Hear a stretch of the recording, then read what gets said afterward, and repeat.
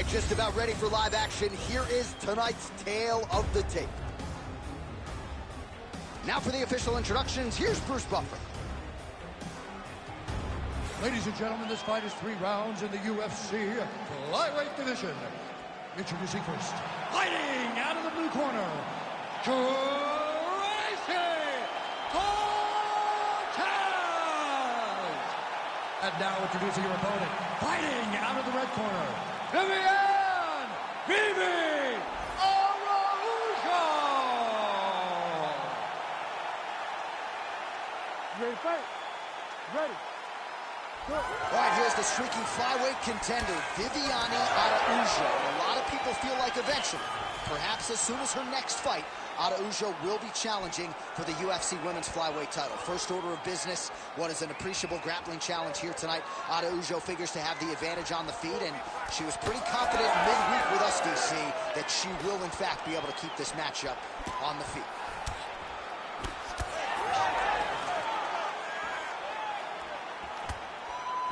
Cortez gets hit with that stiff jab there. I mean, is this thing on repeat? How many times can you say punch to the head? Nice straight punch. Frantic pace early on to this one.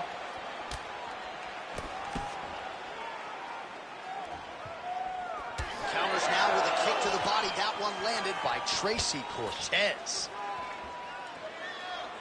Oh, nice. Able to check that kick as well. Being very active, she lands a nice punch to the head. Nice body kick. So both girls landing right out of the chute.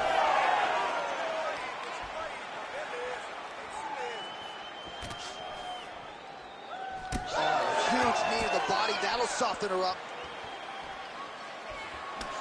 Left punch followed by a right. Nice 1-2 there by Viviane Araujo. She was able to block that one. Oh, rips the body shot there.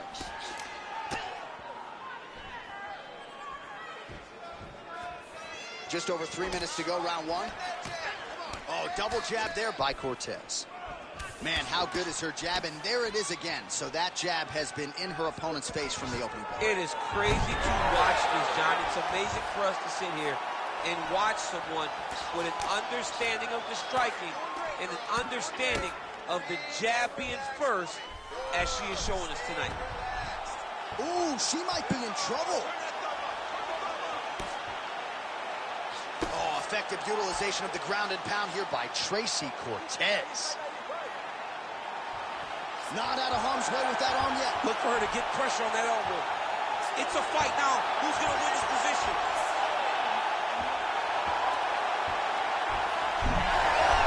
Oh, tremendous escape by her there. Beautiful submission defense on display by this young lady. Great job making her opponent recognize she's not going to just lay on her back. She's still being offensive.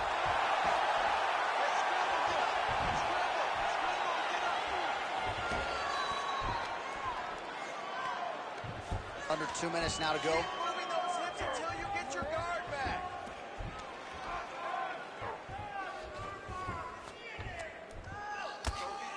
Great job landing from the top position.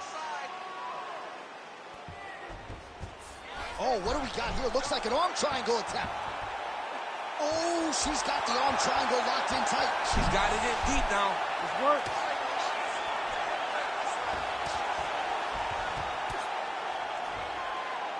That was nice. Oh, and transitions right into side control.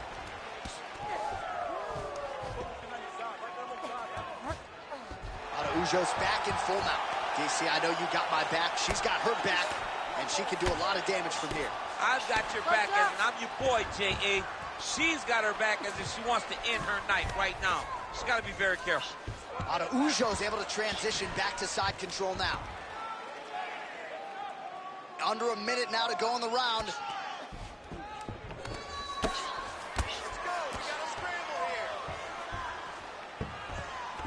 Oh, pretty good job there posturing up and landing with the ground and pound. She has been very efficient in this situation tonight. Very efficient and very accurate. Hats off to her. Oh, huge ground strike there. I can see the cut man's actually getting excited now. Araujo's right back to the full mount. Nice.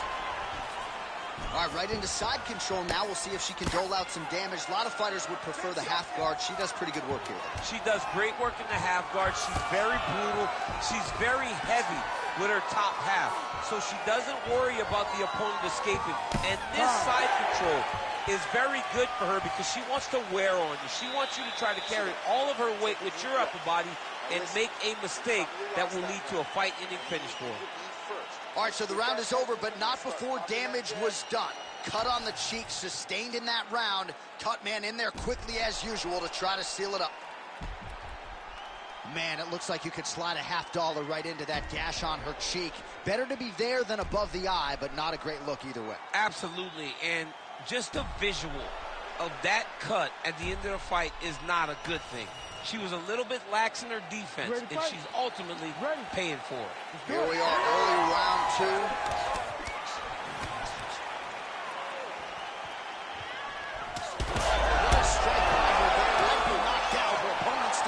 She's still standing, but she's got to get on her bike, John. She's got to get out to the center of the octagon, find some space so that she can evade her opponent from finishing her. Oh, right hand. Oh!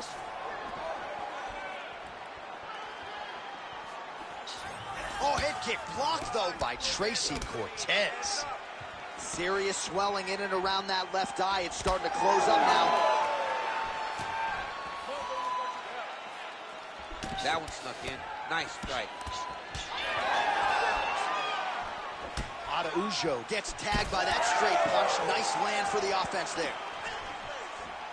Oh, big stick up top. That's another one. Stuffs that takedown attempt without issue.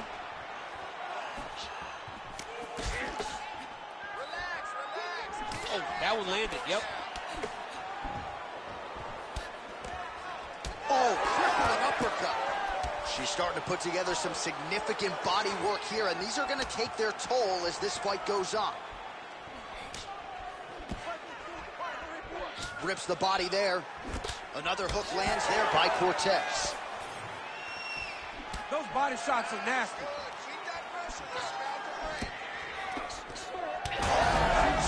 There, probably her best strike of the fight. Her best strike, and you don't see this type of power normally in this weight class, but she lands, and she lands very effectively. Just over 3 minutes to go in round two.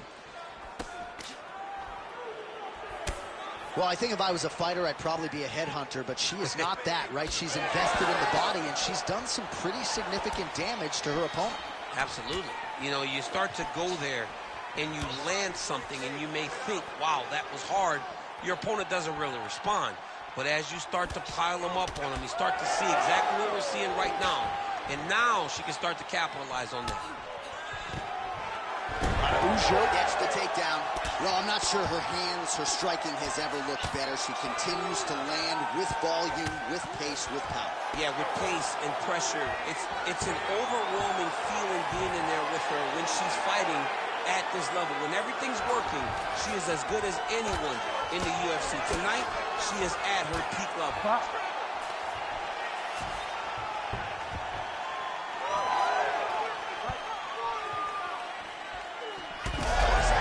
Strike right there, DC. Great shot landed. Now she's got to go chase her down and get another one off to finish the fight. 2 minutes now to go in round two. Araujo's nose is bleeding now. Looks to be cut perhaps there on the bridge. Oh, and there's another nice kick. Solid kicks across the board from her tonight. I mean, she throws the kick without... She is such a diverse striker that big strike landed, and it looks like she's going to finish this fight. All right, so now as the cut continues to get worse, it appears as though it's starting to affect her a little bit. Yeah, it's starting to affect her. You can see it. She's reaching for it. She's pawing at it. She's trying to understand where the blood is coming from. She has got to stay locked in if she wants to win this fight.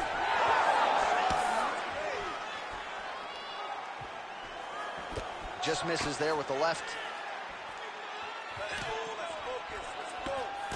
What a strike by her there. I'd be knocked out. Her opponent still stands. She's still standing, but she's got to get on her bike, John. She's got to get out to the center of the octagon, find some space so that she can evade her opponent from finishing her. Massive left hand. Leg kick lands. 45 seconds remain in the round. Oh, nice. All right, so a pretty interesting development here in terms of this fighter's evolution. Just as we saw in the last round, primarily a jiu-jitsu athlete, having a lot of success with her striking tonight. Well, you can see it from the moment she came out the corner. She was confident. Got to keep pressing. She's got her hurt. Got to look for the finish.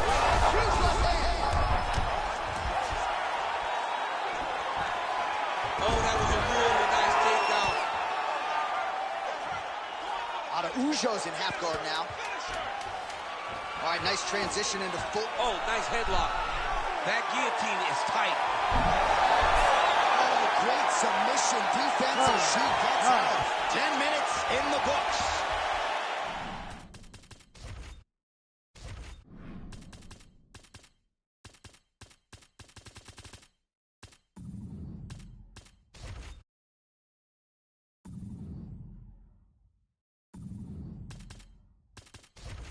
All right, that's the end of the round, and the fighter has a cut on her nose, so that is something that certainly bears watching moving forward. Cut man racing in there. He'll try to seal that cut. She doesn't seem too bothered by it, but certainly something we'll keep an eye on here moving forward. All right, so she does survive to see the next round, but as we show you some replays, DC, nobody's going to be kissing her on the cheek anytime soon. No, it's a nasty cut on the cheek. She got hit with some big shots, and they really have taken an effect on her. Look at the cut on the cheek, and it was that shot right there that opened up the cut. You ready to fight? You ready? Third round underway.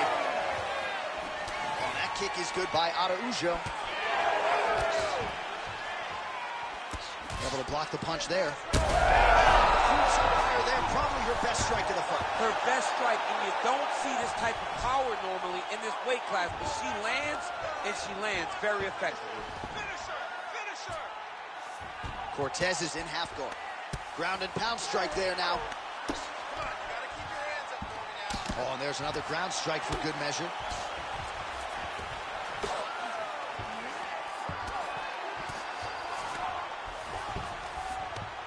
Lands a strike now from the bottom. Nice work there by Viviane Araujo. All right, so not enough action there on the ground. The referee brings the fight back to the feet, and we are back underway. Oh, she landed another strike to the body there. Very smart to work that body late in the fight when her opponent is fatigued. You didn't see a lot of that from her earlier in the fight. She is certainly getting after it now. Araujo's got a nasty bruise starting to appear on that left side. We'll keep an eye on it. Could pay dividends later. Oh, is that a huge strike right there, DC? Great shot landed. Now she's got to go chase her down and get another one off to finish the fight. Big shot lands for both guys.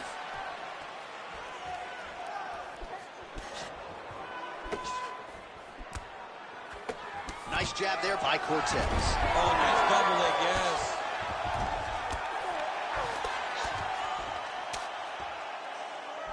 All right, getting late in the fight. This should be good. It's been all action thus far, and we will see which woman steps up. These women have laid it all out on the line.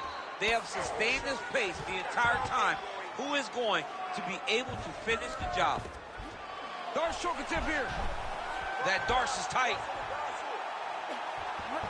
Oh, how about that? She gives up on the submission now. She got flat to her back. This ain't good. Nicely done. Under 3 minutes now to go in the fight. Araujo's in half guard. Lands the ground and pound strike. Well, she's staying busy, continuing to land ground strikes. There's another one. She's stepping over the mount here. Most fighters will tell you offensive wrestling is the hardest, most exhausting thing. Especially if you're just running the guy over, Johnny, and he just gets up. Oh, nice job by her there. You see how strong she is. Her opponent's trying to control posture, unable to do so. Now she can get to work at putting the money in the bank with that ground and pound. Money in the bank.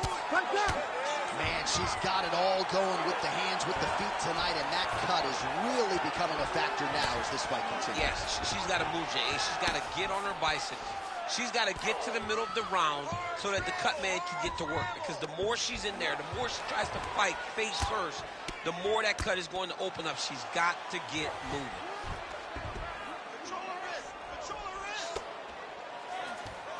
Araujo's back in full mount.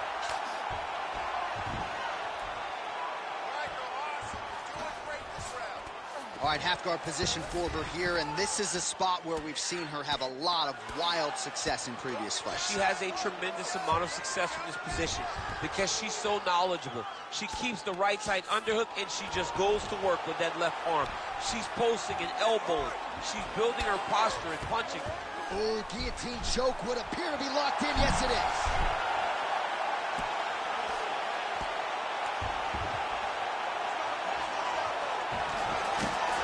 Under a minute now to go in the fight. Nice positional control here. Nice defense.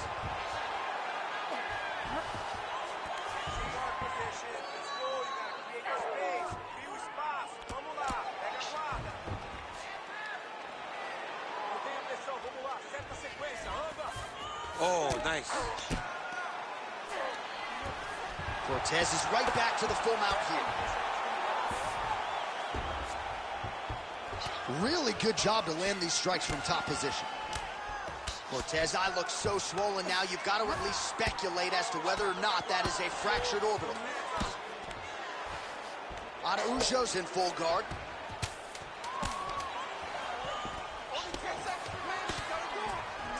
Standing over her opponent and landing a nice combination of strikes, so staying active enough for the... What a 15 minutes put forth. All right, the official decision is in. It resides with the venerable Bruce Buffer. All three judges score the contest, 29-28. Declaring the winner by unanimous decision, Tracy Cortez! All right, so it goes down as a decision win for the more balanced fighter here tonight, and did it relatively cleanly, DC. She was clean, John. I mean, she fought the perfect fight. Did exactly what she needed to do in order to shut out her opponent. And that is exactly what the scorecards read.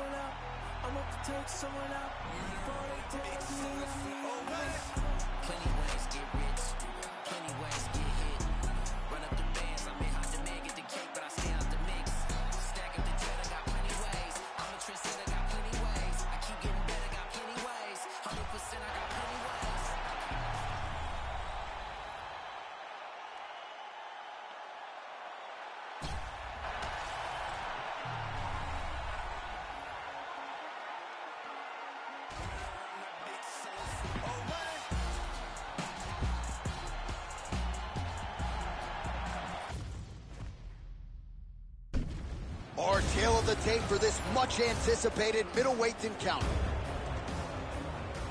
Now for the introductions, here's Bruce Buffer. Ladies and gentlemen, this fight is 3 rounds in the UFC middleweight division. Introducing first, fighting out of the blue corner, Joe Bodybag Buffer. And now introducing his opponent, fighting out of the red corner, Jack the Joker Hermansson. You ready? You ready? Let's do it. All right, early round action here. Jack Hermansson was unabashed in our fighter meeting about his grappling advantages in this particular matchup. He felt like he could win a kickboxing match if need be, but he said, I'm going to go for the takedown early and use my submission skills As long as this fight goes, on any given Saturday night, Jack Hermansson looks like he can put away any middleweight, and he has all but guaranteed that that'll be the outcome here tonight. Oh, there it is, Dump City. Catches the kick and promptly counters with that takedown. Great time, great recognition of seeing the kick coming and turning it into your offense. Big ground and pound.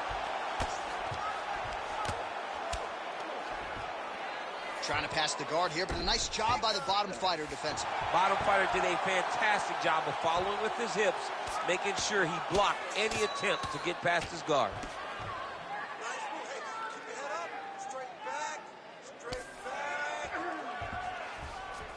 All right, so you got to be careful playing on the ground with this guy. You don't want to mess around for too long. Hermansson's back in full mount. Well, he grounded him, and now he's trying to pound him out. Great ground strikes here. Yep, got to be very careful there. Another ground and pound strike lands.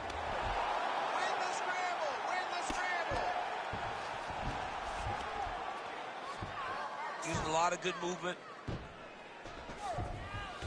Back mount now. Great shot from the top position. These ground strikes are starting to add up. Fighter trying to pass here, but gets denied. Gets denied. Great job, great recognition of seeing what your opponent was trying to do. Hermansson's right back to the full mount. He's trying to get back to his feet. Well, as usual, suffocating work from the top here by Hermansson. Another ground and pound strike lands. Hermansson's looking for that arm triangle. Ooh, that submission looks tight. Great job maintaining position there. You never want to lose position to chase a submission. Just out of range with that right hand.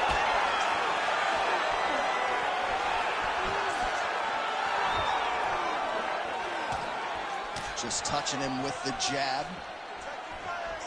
He's got great kicks also. He needs to be throwing more kicks in this fight. He hasn't thrown many at all. Stuffs the takedown there. How good is his takedown defense? Great punch. When both are prepared, these are the types of fights. Big strike lands. Big strike lands. Now he looks to try to chase down that pitch. Under 2 minutes to go in a back-and-forth first round here. All right, right into side control. Upper body strength figures to be put to good use here. Yes, absolutely.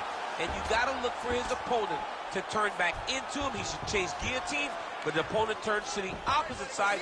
He can take his back, throw his hooks in, try to choke, or flatten him out and just go for the finish. Posturing up now. And now the damage is about to start. Outstanding ground and pound here. Somewhat of a lost art in MMA, at least in terms of making sure that every strike counts. Not an issue for him. He's making every single one of them count. He is not pity-patting. He's not touching.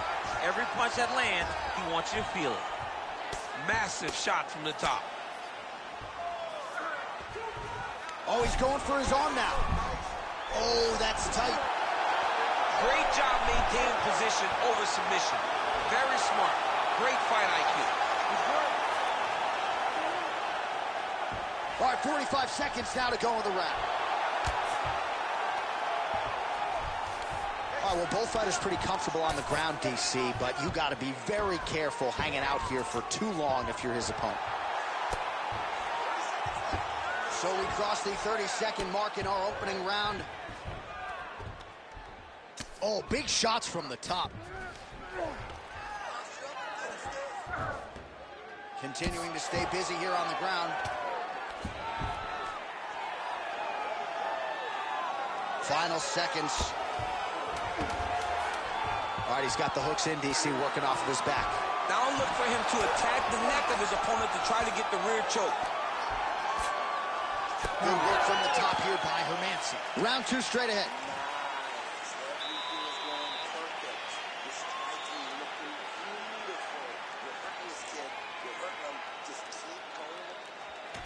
All right, so that's the end of the round. A lot of highlights from which to choose, but his success in that round certainly rooted in his offensive takedown game. And that's what he does, right? He's a grinder. He's the type of guy that wants to get a hold of you, drag you to the floor. It doesn't bother him that much if you get back to your feet. He just wants to continue to make you work the entire time because he understands this type of grind most guys can't keep up with. You ready to fight? Ready. Good. All right, here we go with round 2. Nice uppercut. Oh, he's wobbled now. Oh, with authority to the body. Big right hand. Nice body shot. Hermansson's cheek looks like it's cut here, starting to bleed a little bit now. Oh, is that a good right hand? Man, has his chin been tested early. Oh!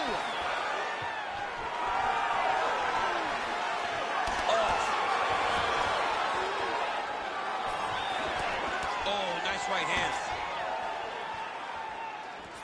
Well, he continues to do a nice job here defensively, protecting the head and sort of maybe letting his opponent gas out a little bit with all the volume. His opponent sees the target. Guillotine jump. Oh, submission defense on full display there. He said that he was very aware of what this guy brought to the Octagon, and it showed in that defense.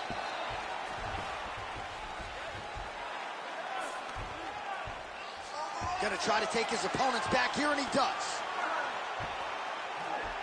Great submission defense on display tonight.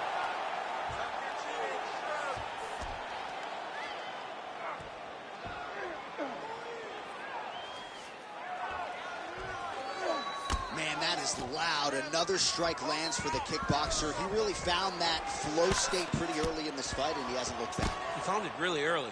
And when this guy gets into his groove, he is hell on wheels. And right now he is showing why he is such a high-level, high-regarded kickboxer. He is outclassing this guy. Good, solid strike on the ground. Oh, another strike lands from the top. All right, so yet another ground and pound strike lands right there, DC. He's getting very active now that he knows he can land these strikes.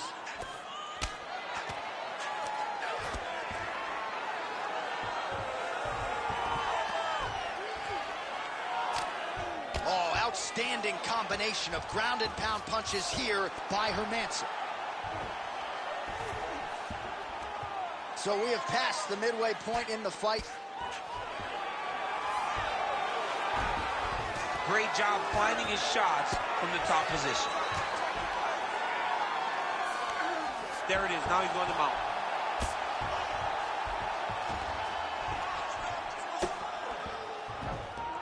Oh, he's got to be careful there. Yep.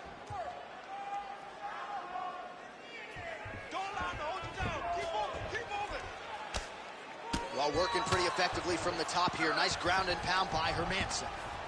Again, not much defense there. Another ground strike gets through. Oh, look out, folks. That is tight. It looks like it's getting going. Getting awfully close on the submission now. Oh, gives up on the submission now. So preferring to maybe get to a dominant position instead. All these actions, though, these big actions got to wear on the gas tank of both guys. All right, so perhaps he's going to have to address something defensively. There is a legitimate cut around his eye. Yeah, he got cut on the eye from that last strike. He's got to pay attention now before it gets worse. All right, right into side control here, DC. Biggest difference between half guard and side control? Well, side control to me feels like a little bit less control because now my legs aren't really doing anything anymore. Now I'm controlling you with my upper body. So I've got to be very, very aware. It's still advantageous, but it just seems a little more free-flowing than having something like a half guard. He needs to move. Better move. Yeah, he's got to move, John. He's got to shrimp and try to either get up or pull his opponent back into him so he doesn't have the posture to land that big damage. Hermansson's eye now closing up. And there you go. Again, half guard. Hermansson's back to the side control now. Oh, he's got him in the crucifix now. A lot of body weight from the top position. If you're on bottom here, this is not a good place to be. You have got to free one arm. You cannot worry about both of them. Get one free, and then start building towards doing something else. But the first step is to get an arm free to start trying to be able to defend yourself. You have nothing blocking your face when you're in this position. A lot of top pressure being applied here. Now trying to isolate an arm. Yeah, he's trying to go to a Kimura lock. Right here, he'll either try to get the submission or use the sweep. Oh, and there's the horn at the end of the round. So the fighter was really caught in a submission there just as the horn sounded. Safe to say he was saved by the bell there. So back to the stools they go. 60 seconds to recover here. We're going to fight on, ladies and gentlemen. Another round coming up. All right, well, 1 minute of end swell can only do so much. Let us look back at some of the damaging strikes in that previous round. It doesn't seem like it's going to do much. And if it does, he can't take any more of these shots. He was too stationary. He took everything square on the target. He's got to move his head, and he's got to be proactive instead of reactive in terms of his defenses. You ready to fight? Ready. All right, here we go, third and final round. Big inside kick.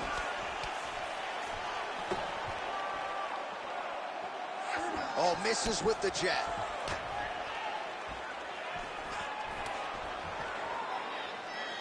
Just out of range. Oh, how about the accuracy and land right there? His opponent's wobble chair. He's hurt bad. He cannot take another shot like that. So he's really starting to put together some significant body shots here. These are going to take their toll as this fight goes on.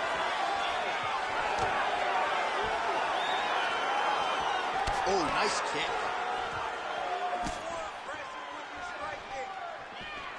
Checks that leg kick. Ooh, big shot lands. Level change there, goes for the takedown.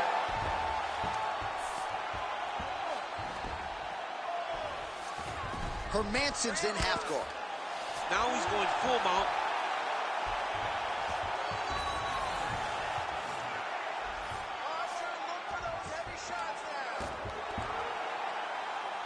Work, come on.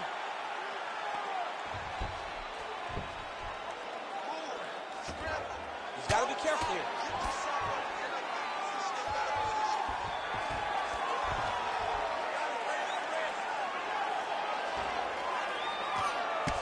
Well, this fight's been pretty crazy thus far. Both guys doling out a lot of damage, and neither seems too bothered by it, but clearly both parties are hurt.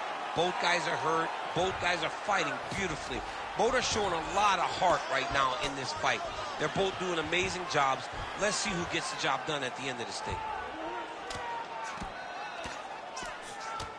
Just over 3 minutes to go in our third and final round. Well, this is exactly what you like to see. Nice combination of ground and pound punches. Outstanding pressure and activity by Hermansson. He has controlled the position, postured up, and landed another strike that is causing swelling.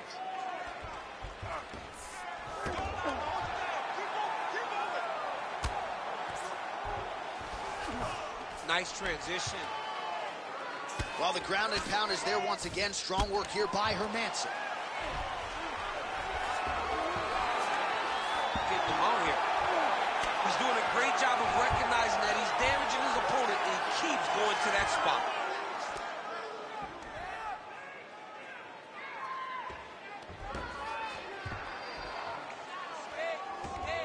All right, so he's got the ground and pound game going here.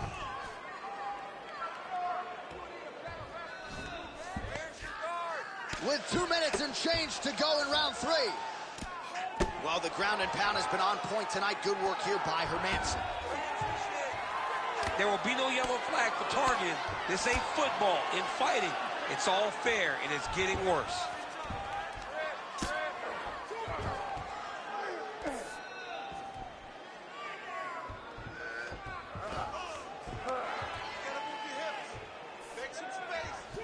Oh, he's going for his arm now. Looks pretty tight, DC. It's getting tight right now, John. Wow, somehow, some way he gets the arm out. It looked like he was done, John, but he was able to stay comfortable, stay patient, and now he finds himself safe. Man, submission defense is a powerful thing. Offense keeps going for it. Defenders held up. Oh, how about it? Just what the doctor ordered, he gets back to the feet. John, it's like a Hail Mary. He needed to get up to his feet to give himself an opportunity. He got there. Now let's see if he can cash in. Well, he put so much stock into this fight, and now we're late in the game, and if he doesn't get a finish, this opportunity goes by the board. I mean, it's almost over. Right now, he's got to start throwing everything he can find at his opponent and hope that he can force a mistake and overwhelm his opponent to try to get a finish. Oh, now gets an underhook to get a more dominant position. 30 seconds to go in the round. This fight's going to be over, DC. What a great way of mixing up his attack. He didn't stay the course. He mixed it up. He went high when his opponent thought he was going low, and now he's got him hurt very badly. Oh, guillotine, guillotine here. Oh, could be the beginning of the end. That looks tight. Great submission defense, full display by the opponent.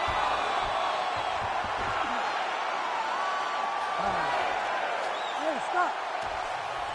The official decision is in. It resides with Bruce Buffer.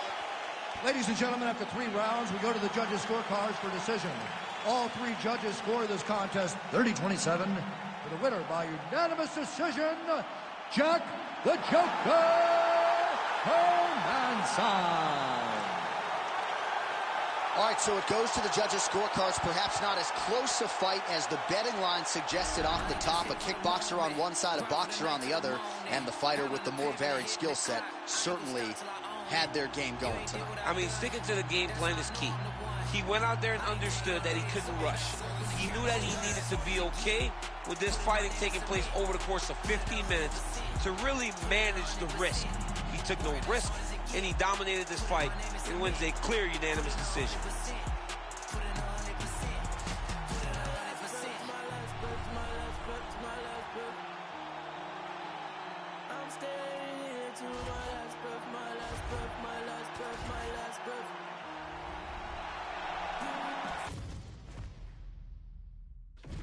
And now our tail of the tape for this flyweight tilt.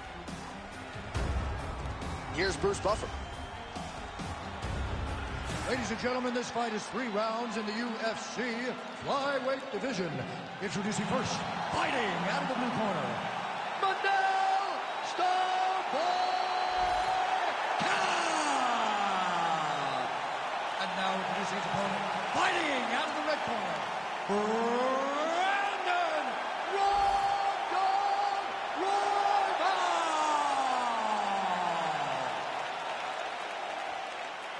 You ready to fight? Ready. Good. All right, early round action here as we get a look at the former LFA flyweight champion, now UFC flyweight contender Brandon Royval, arguably the most exciting fighter in this division. He has had a lot of submission wins pile up of late, and he believes even though he has the grappling advantage in this matchup, he wants to showcase his boxing here tonight. And if you know Royval, he's pretty stubborn. He's probably going to throw some hands. Beautiful combination there. If you are teaching an up-and-coming fighter about throwing volume strikes effectively, you can do worse than watching the film on this. I mean, it's a master class, John. It's a master class in mixing up the target, mixing up the strikes, and ending your combinations with the kick.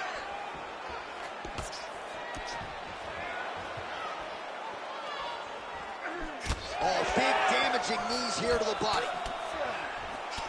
All right, so we have got a full-on brawl to start this fight. Any concern that these guys might burn themselves out? Oh, they're going to exhaust themselves. So we may as well enjoy it right now, because come the 3rd round, regardless of the weight class, they're going to look like 2 tired heavyweights in the middle of the octagon.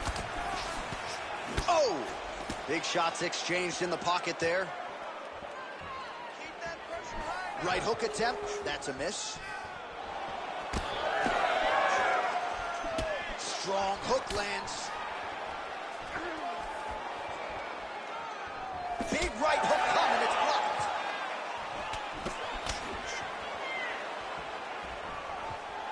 Nice body shot there. Massive head kick. Royval circling to his right now. Beautiful body kick.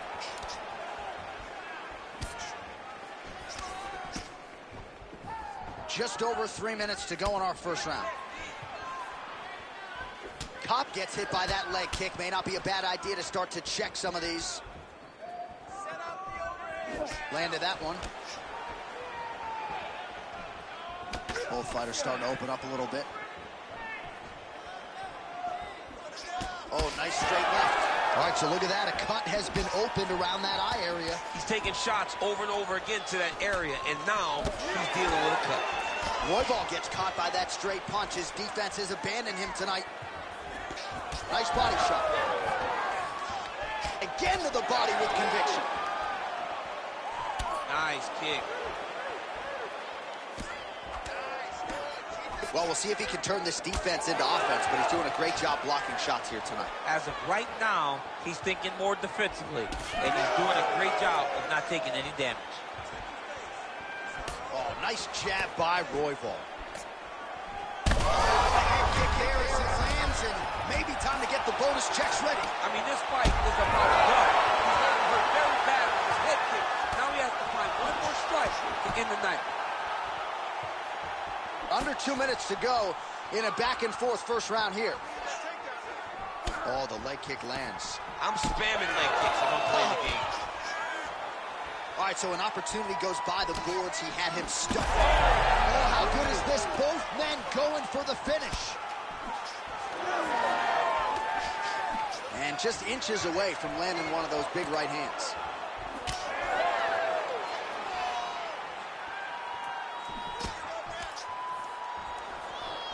Nice straight punch there by Royval.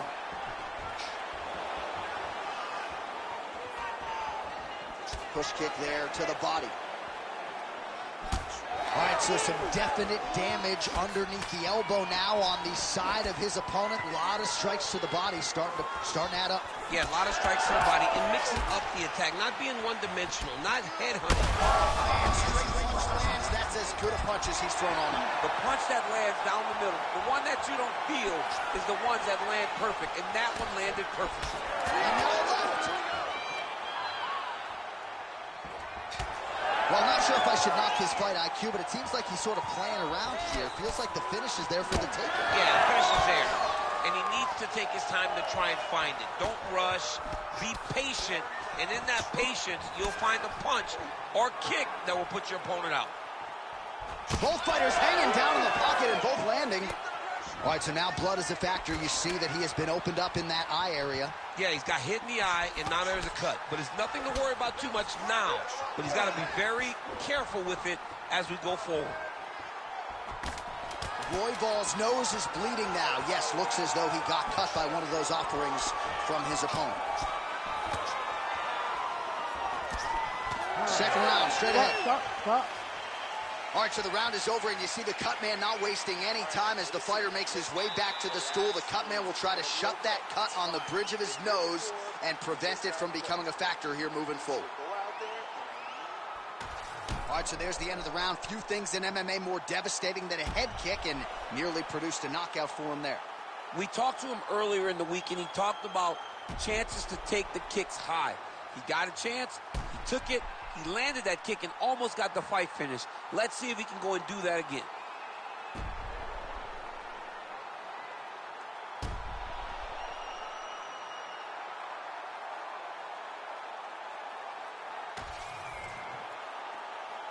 You ready to fight? Ready. All right, let's get to round two. Nice punch there by Kopp.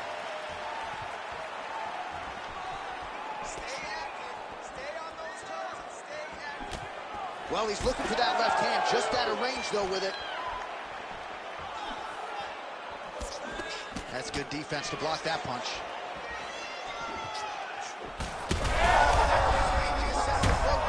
This might be the biggest shot of this entire fight. He landed a massive hook to put his opponent on wobbly legs.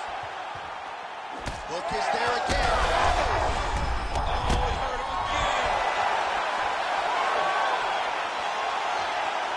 Well, if if you are a young striker, you could do a lot worse than watching this guy work on the feet, perhaps trying to set up another hook here. Yes, he is. He's definitely trying to set up another hook. You could tell by his eyes. He's taking peeks. He's sneaking looks at where he needs his opponent to be in order to land that shot. Well, it's been a wild fight thus far, perhaps a contender for some bonus money at fight's end. These guys are going to have to dig deep. They're both hurt. They're both hurt. You expected it, though. You expected a close fight. You did not. Big, massive shot lands. Look at how tough his opponent is, though. Still standing, still in their fight. Knee on belly. Oh, big shots here. Well, I think I can smell the blood at this point in time. That canvas didn't look like that a few fights ago. He's that guillotine. Oh, that guillotine is officially tight. Oh, how good is that as he gets out? That is great submission defense, keeping everything short and not allowing his opponent to get the submission victory.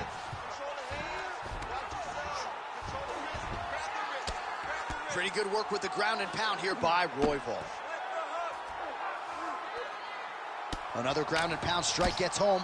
Well, the more things change, the more they stay the same. He continues to land a high volume of strikes on his opponent at will. Well, I mean, John, the guy can fight everywhere. And he can fight everywhere, meaning he can fight on the ground. He can fight in the stand-up. But he's also able to do it because his cardio is so good. Right. This is one of the best fighters that we have seen for a long time, and it is showing in this performance. Wow, he is landing time and time again on that cut. Oh, another heavy shot gets through. This is some exhausting work, man. I mean, it is so tough. Looked like it did stun him a little bit. He's got him hurt. He's got to start looking to finish. He's going to get it. Back to the feet.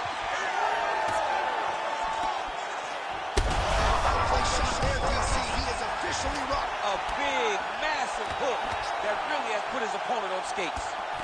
Pop's cut on his cheek is nasty, leaky. That thing is leaking bad now.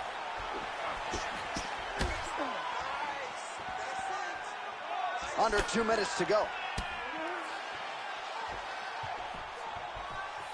He's got good leg kicks. There it is. So a much different approach from him here in round 2. Took him a while to find the range, get in his striking rhythm. He has found it here, and as a result, has really picked up the pace in round 2. Royval's eye is closing up now. Not good for him. Nasty body kick downstairs.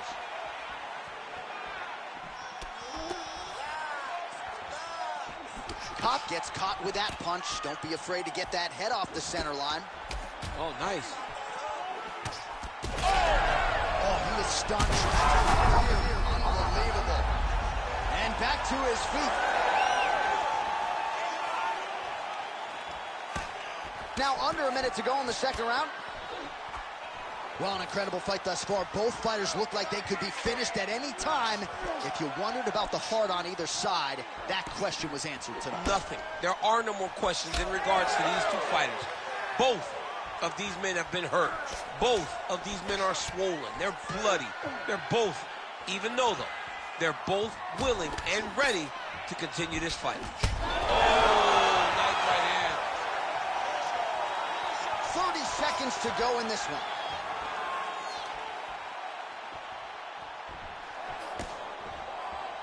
Pressure.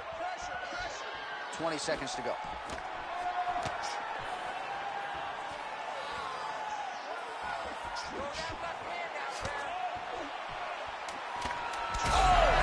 He's in trouble. He's hurt bad.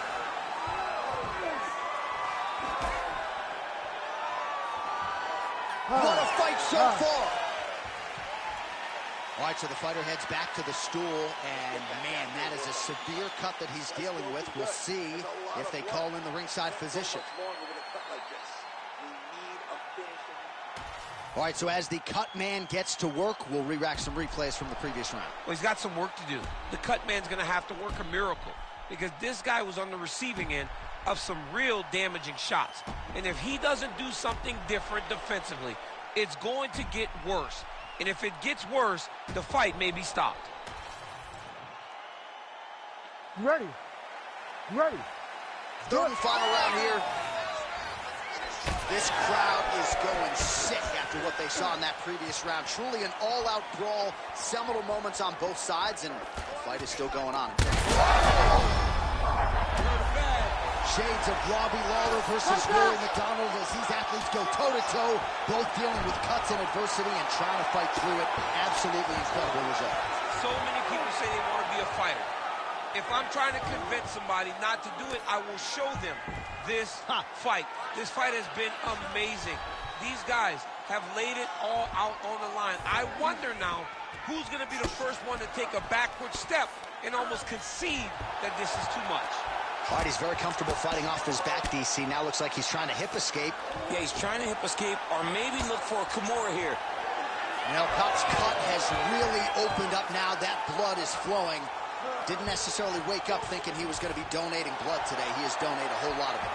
Oh, nicely done there as he escapes back to his feet.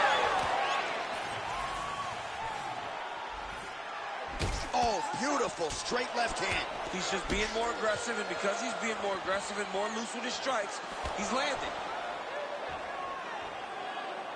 Vision is compromised, there's no doubt.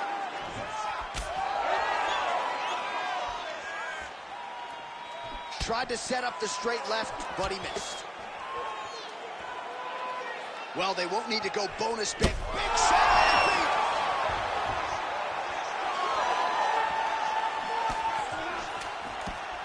Just misses with the jab there.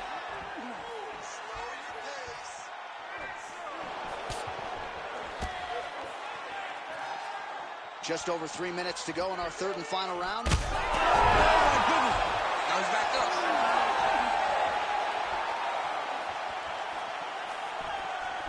Again, he's looking for that left. It's not there. Pop's able to protect the eye there with that block. So that is a nice adjustment that the fighter made there to raise the guard and prevent further damage on that kick. Well, as soon as he goes with that high guard, he pays for it to the body. You see the bruises really starting to accumulate now. In the beginning of the fight, you think, I got to protect my head at all costs. Right now, I believe that this guy has to worry about his body. Look at how red the sun is.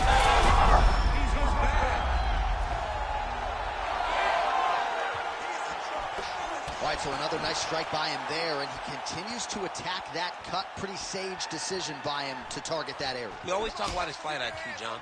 We talk about his ability to recognize his advantages. That's exactly what he's doing. The moment he saw that cut, I knew that would become his focus.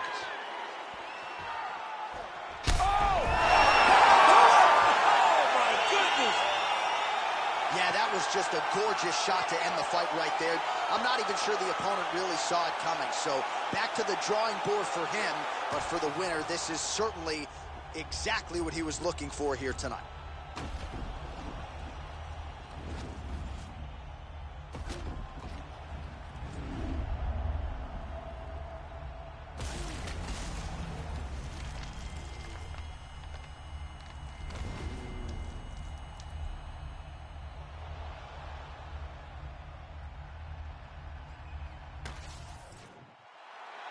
And here we go inside the octagon for the official decision to Bruce Buffer. Ladies and gentlemen, referee Herb Dean has called a stop to this contest at 2 minutes, 55 seconds of the third round. Declaring the winner by knockout, Brandon Royval.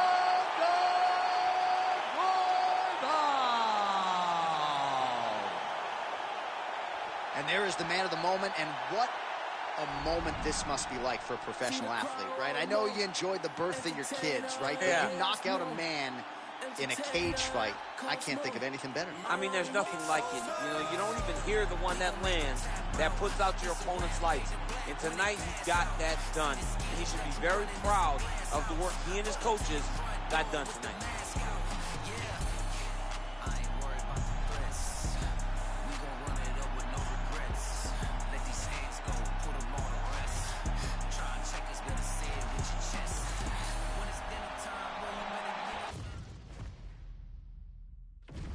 And now our tail of the tape for this heavyweight fight. We send it inside the octagon. Here's Bruce Buffer. Ladies and gentlemen, this fight is 3 rounds in the UFC heavyweight division. Introducing first, fighting out of the blue corner, Tom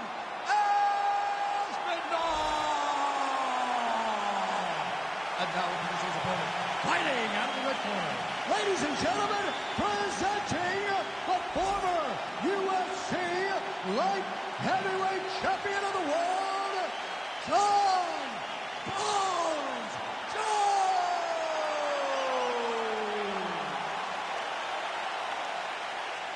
You ready to fight? Ready.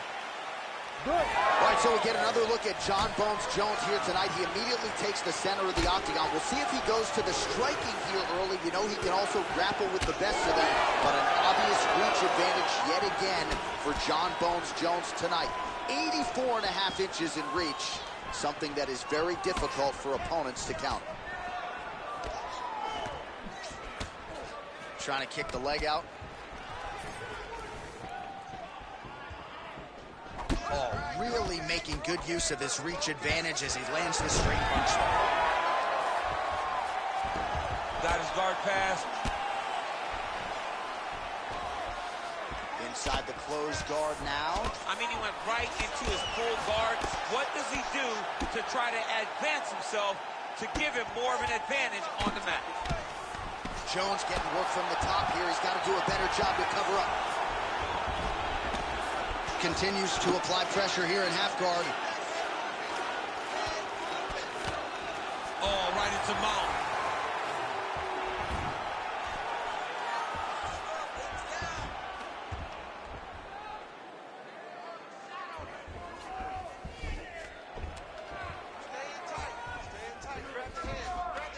All right, looks like he's got a couple hooks in here, DC, and defensively, you better be careful.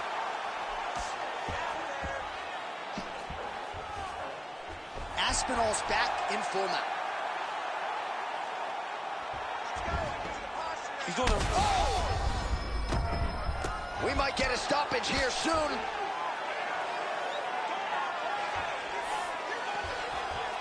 right, setting up for a finish here. Oh, he's got that arm tight now. He's starting to get it in there deep. Trying to finish the armbar. Now, all he's got to do now is get his hips up into the back of the elbow to get the finish. Oh, he got out. How good is that? This guy is so aware. He never leaves anything long to allow for himself to get subbed. Oh, the ground and pound is there. All right, half guard form here, and a lot of offensive options, I would think, at his disposal. Oh, he's got a ton of options. He has submission options, but I believe the safest option for him here is going to be to use his ground and pound. Build a base, posture up, throw big strikes, get back to position, build posture again, throw big strikes, and just really wear him down with a really secure position in half guard. Scramble and go! Scramble and go! All right, he's got side control here, DC. You know, he's got a lot of different submissions in his arsenal once this fight gets to the ground. All right, DC, half guard position here. You've done a lot of good work in this spot in your career. Oh, man, I love this position, and you see this fighter today loves it too. It is the most secure position in fighting. You get an underhook on one side, you keep a half guard on the other, and then you just go to work. It's the safest position, especially for a wrestler. All right, well, this is John Jones's wheelhouse right here. The huge elbow there.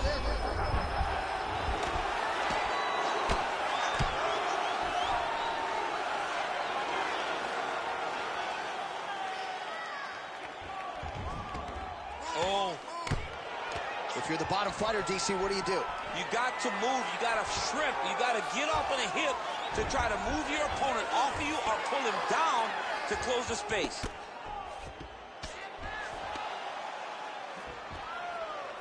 All right, half guard position here, DC. You have an extra hop in your step when you talk about fighters working out of this half guard. Oh, man. I like half guard as a top fighter.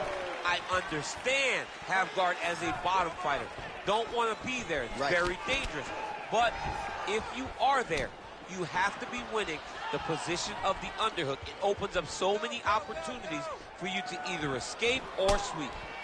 It's a pretty fast jab.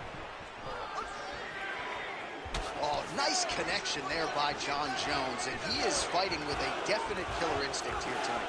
And you have to have it, because the target's always on your back when you're the UFC champion. Jones seems destined to keep that title wrapped around the waist.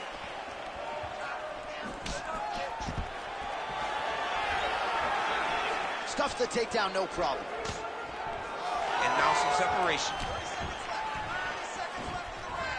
Oh, and he tags him with the straight. Beautifully placed there. He's got to keep pressing here.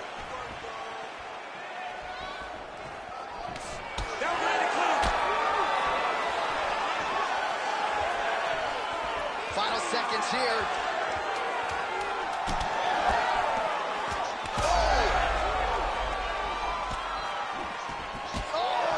Huge left.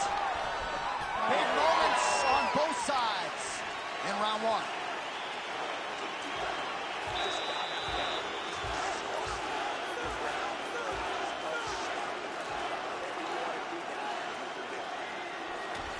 Well, what a round it was, especially from a striking standpoint. DC, take us through. High-level striking. I mean, this is what people come through the doors to see. Two men stand on a quarter, chest to chest, forehead to forehead, and let it all fly. I'm surprised nobody went out, but it does excite me for the next round. Ready to fight? Ready. Second round underway. All right, here we go as our next round gets underway. His striking was money in that previous round. Got to think he'll pick up where he left off. All about the money. It was greenbacks, cash, dollar bills, y'all. Every single strike he landed. 2.8 UFC on that punch right there. His opponent's compromised, DC. It's one thing to land a hard shot. It's another thing completely to land a perfect shot. And that was a perfect shot. Well, I'm no fighter, but if I rock a guy to that extent, I feel like I'm closing the show. Absolutely. You gotta go. You heard it real bad. Big knee to the body.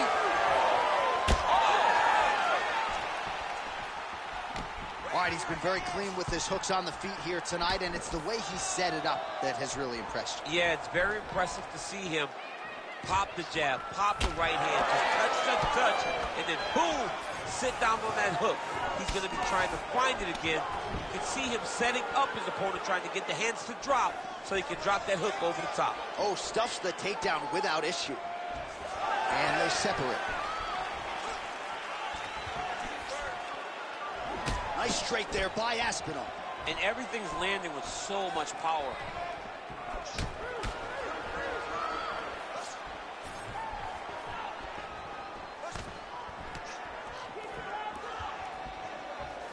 While John Jones showing you some straight connections right up the gut, DC. He's in a world of trouble now.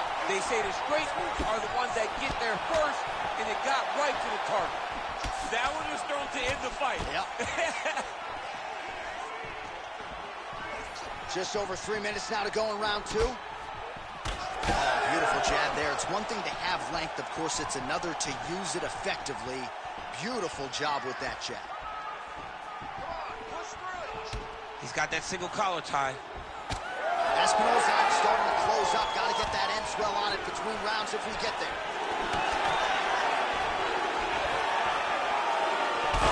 How about these two going at it?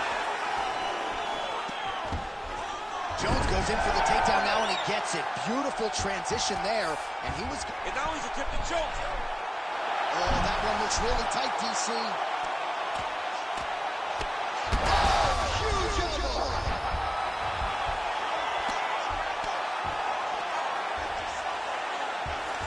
Jones is in half guard now. There it is. Now he's running him out.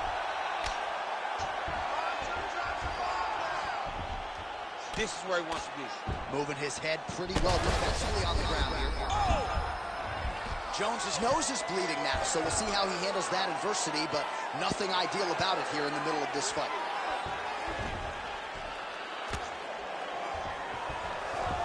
Beautiful transition. Well, as usual, suffocating work from the top here by Aspinall. Most fighters will tell you offensive wrestling is the hardest, most exhausting thing. Especially if you're just running the guy over. Jonathan, he just gets up. Another one. I mean, he cannot miss from the top position. All right, full guard now, DC. Yes, full guard. Watch for the top fighter to either posture or look to pass right away. All right, so you can see some swelling on the facial region now as his opponent lands yet another strike, and that one was clean. I mean, this guy is so clean with his strike. He knows exactly what he wants. Well, he continues to manhandle him here on the ground. Man, how fun is this to watch as he continues to dole out damage with the ground and pound. Take it back to the days of guys like Mark Coleman, just beating people up. Well, this is some serious pressure from the top by Aspinall. Now he's going full mount. Now he's got good body position, yup. Well, we got a lot of blood now, ladies and gentlemen. I think my mother just turned off the TV, but every time that area gets targeted, that cut is getting worse and closer, theoretically, to the end of the fight. Yeah, and, you know, when you got a person like this in front of you that is so good at what they do, when you are bleeding like this and the work is showing, you got to try to find a way to stop them. He needs to try to get a takedown or something, because the more he's standing, the more he's going to have to deal with this cut, and now all the blood that's coming from the cut. In the half guard. Seconds winding down in round 2.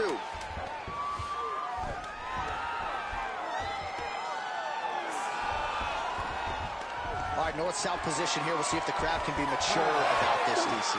Good round. All right, so there's the end of the round. You see the blood trickling down as he makes his way back to the stool. Cut on the bridge of the nose, or so it appears from the strike in that round. Cut man getting right to work. All right, so back to the stools we go. They say defense wins championships, and he has not defended well tonight. He isn't trying, or at least it doesn't seem like he's trying. He has got to move his head. He's trying to react when the punch is already coming, and that's not working. If he takes many more of these shots, this fight is going to be stopped due to the swelling. You ready to fight? You ready? Third round underway. Oh, nice check on the leg kick offering there. Beautiful shot to the leg. Oh, how good was that combo? He is really doing a nice job stringing his shots together now.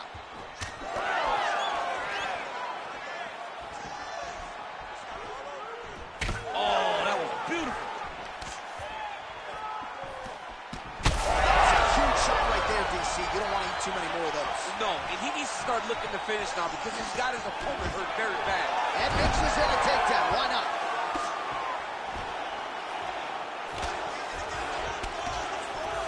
Well, he's worked very hard on this part of his game, and these ground strikes are really starting to take their toll. He passes the half. Oh, and he's able to land a strike there from the bottom. Nicely done by Jones. Side control now, and certainly I would think more offensive options for the bottom fighter than in the half guard. Absolutely more offensive options, because now you can just start to get away. You can just go to a wrestler stand-up. Get to your knees, post your hands, don't allow him to get his hooks in, right? Really be aware of the hooks. But get to your handstand up. Well, not good body language from his opponent here, DC. He's curled up. No, he's exhausted. He's been beaten. Aspinall's right back to the full mount here. I mean, at this point, you just have to do something. You know, you have to maybe start trying to pull guard, grab him, pull him into you to try to change it and get him in your realm where you have the advantage. All right, getting late in the fight right now, DC. Dream fight for the fans, maybe not so much for the judges. It's been back and forth. It's been so close. I would not want to be sitting at the judges' table right now. I don't know who's winning this fight. 3 minutes now to go in the fight. Oh, he got to the spot. That was a slick transition. Aspinall's back inside control here.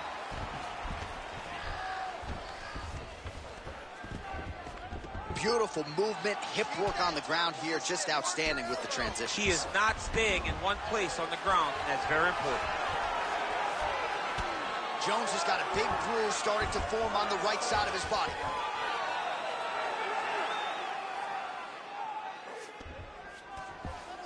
Trying to guard pass here, not today. No, it ain't happening.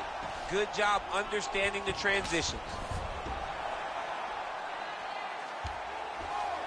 Drops down inside the now closed guard of his opponent. Let's see how patient he is as he attacks a submission or big ground and pound. Good work from the top here by Aspinall. Oh, staying busy from top position. He lands another ground strike there. All right, the referee not seeing enough action there. We go back to the center of the octagon now. Fight. Under 2 minutes now with which to work.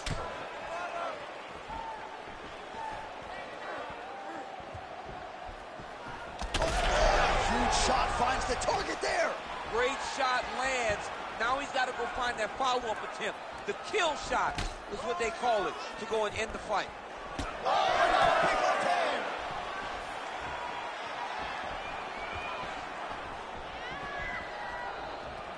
Establishing the jab. Back and forth we go. Aspinall's left calf starting to show signs of bruising, courtesy of those leg kicks. Take it for a ride. Nice double leg, nice finish. And now he's got the back.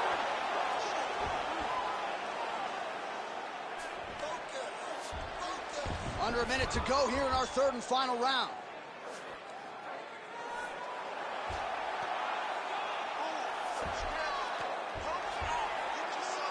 Just work. Come on, I'll stand you up. Just work.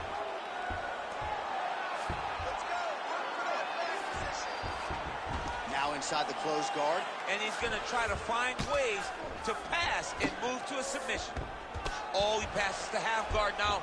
And he's not posturing to land punches, so look for a submission attempt. Look at that. Recognize he was about to lose position. Lands the grounded pound strike here. All right, trying to pass here.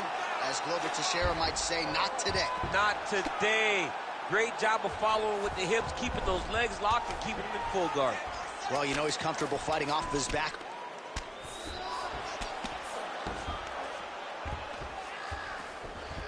Aspinall's in half guard. They go the 15-minute distance. What a fight! All right, let's look back at some of the action, DC. They go the distance tonight, but you got to think he won over the judges with his striking acumen tonight. Yeah, you got to watch one of the best strikers in the entire UFC. He did everything so well, and in my opinion, he should cruise to a very easy decision. The official decision is now in. It resides with Bruce Buffer. Ladies and gentlemen, after 3 rounds, we go to the judges' scorecards for decision. All 3 judges score the contest. Winner 928. Declared the winner by unanimous decision, Tom Aspinall! All right, so there he is. The celebration is on. He tried to leave the judges out of it tonight, was unable to do that, but a pretty dominant effort nonetheless. He's your winner by unanimous decision. And you've got to feel good about that. You got to feel good about dominating every aspect of a fight and getting a victory. You should be very proud of his performance tonight.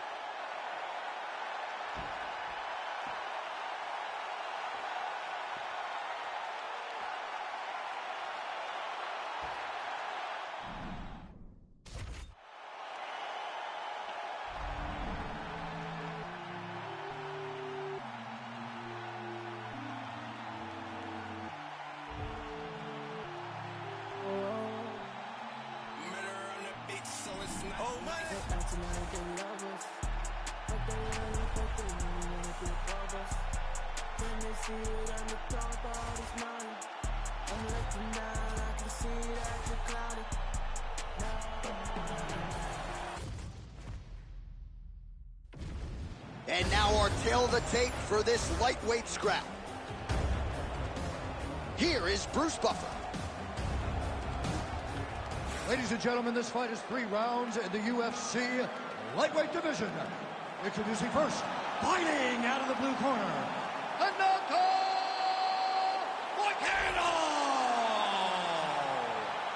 And now introducing his opponent, fighting out of the red corner, Daniel Dariush! Ready to fight? Ready.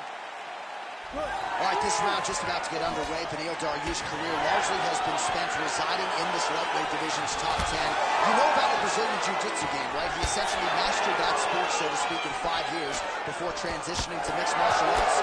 And he's come close to mastering this sport as well. Certainly has rounded out the striking. He has a great kicking game and a great jab, all of it hardened and improved under the watchful eye of Rafael Cordero at King's MMA. useful strike there. The hook is clean. Fight behind a nice jab. Checks the leg kick. Dariush gets the early takedown. He's got to start throwing now. Nice movement to avoid some of those strikes from the top. Oh, and he locks up a triangle. That looks tight, DC. It's very tight. And now he's just got to start passing the arm across, pulling down on the head, beat the hips, and he will definitely get the submission. Oh, that's how you do it. Postures up and lands to the head.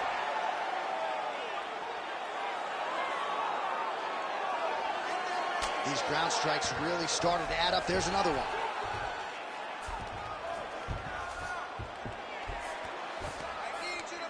Moicano's back in full mount. Making all these shots count. And busy as he looks to improve position here.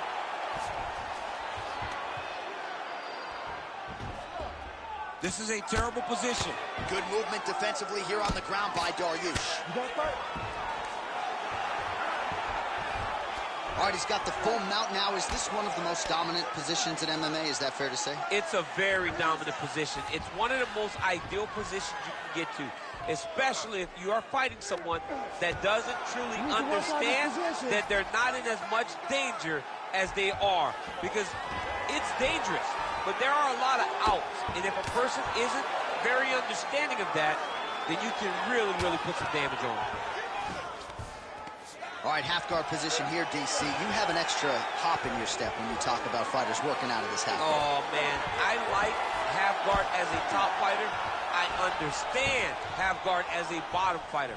Don't want to be there. It's very dangerous.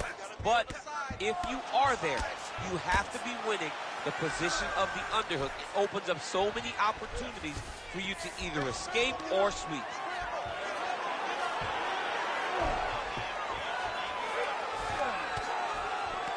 Lands with the ground and pound here. All right, working on the ground here. His opponent's feet on the hips. Oh, that guillotine choke is tight. Oh, he escapes. He got out. I mean, wow, that is great submission defense.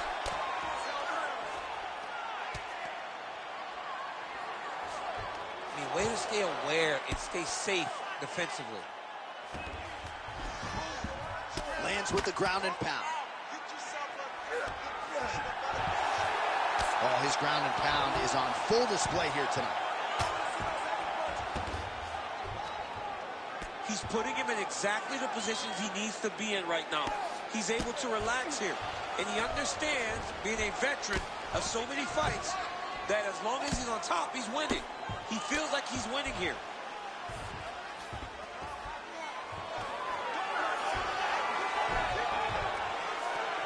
Moicano's right back to the full mount. Great defense by this fighter. 1 minute now to go in round one. Hey, scramble, get up. Scramble, get up. Dariush is in half guard. Nice shots landing from the top position. Oh, nice job to split his guard and get the ground strike home again. Now drops inside that closed guard, DC. Full guard. Let's see how patient he is as he attacks a submission or big ground and pound. Oh, good defense, yes. He passed the half guard. 20 seconds left. Well, working pretty effectively from the top here. Nice ground and pound by Moicano. All right, here, final seconds of round one. Moicano's back in full mount. He's got to be careful here. Points out for the end of round one. Take a seat here. Listen, I need you to stay a little bit more active, a little bit more movement. Keep that head moving. You need to get behind that jab and start. All right, let us look back at some of the action from that previous round. DC punches in bunches. I mean, over and over, he landed that big punch. And every time he landed it, he got the reaction that he was looking for. His opponent really did start to take notice every time he was loading that strike up.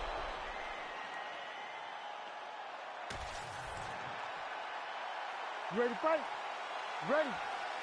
All right, second round underway.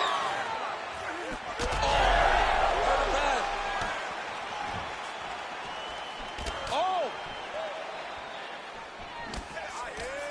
Big right hand.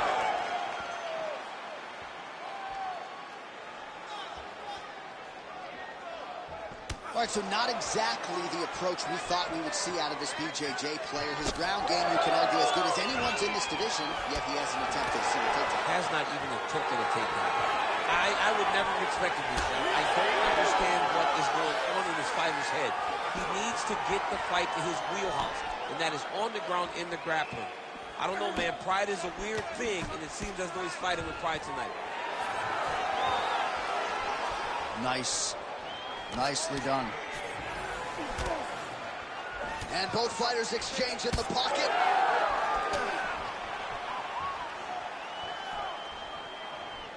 Dariush gets caught with that punch. Got to shore up the defense. Great timing on that double leg. He passes to half guard. Well, he's more than content to work off of his back, DC, where he has been a magician in his UFC career.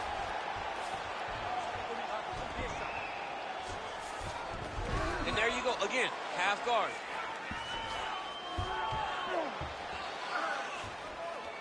Ground and pound keeps coming. Good movement to avoid that damage coming down. Getting them out here. He's got to be careful here. Well, he's avoided a lot of the damage here on the ground. Nicely done with the head movement there. Not staying still underneath his opponent is allowing him to not get hit with anything too damaging. 3 minutes and change to go in round two. Yes, smart adjustment, yep. Working out of side control here. His opponent trying to control posture, but you got to be careful here. Changing the position. Dariush is going for a choke here. That guillotine is tight. That guillotine choke is getting tight, but you can't just squeeze. You got to get your hips into your opponent if you want him to tap. Oh, working for the submission again. They're both struggling so much to get out of this position. Oh, great submission defense. All these actions, though, these big actions got to wear on the gas tank of both guys.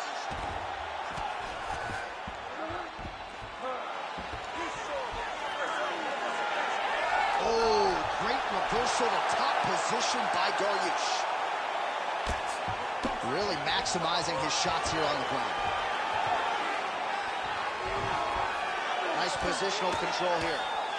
Quick hip movement there, and he does indeed get back to his feet nicely. Oh, beautiful job to split the guard. Now his opponent's really on the ropes. His opponent's on beat streak.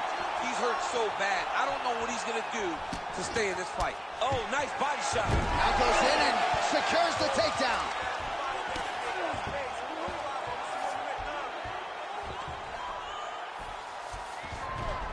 All right, half guard now. Not a fighter you want in half guard against you. For the bottom fighter, what does he need to do? He needs to secure his underhook. He's got to be fighting for underhook. One of the most key things you can do as a bottom fighter stuck in half guard is try to frame. You frame and push your opponent away from you.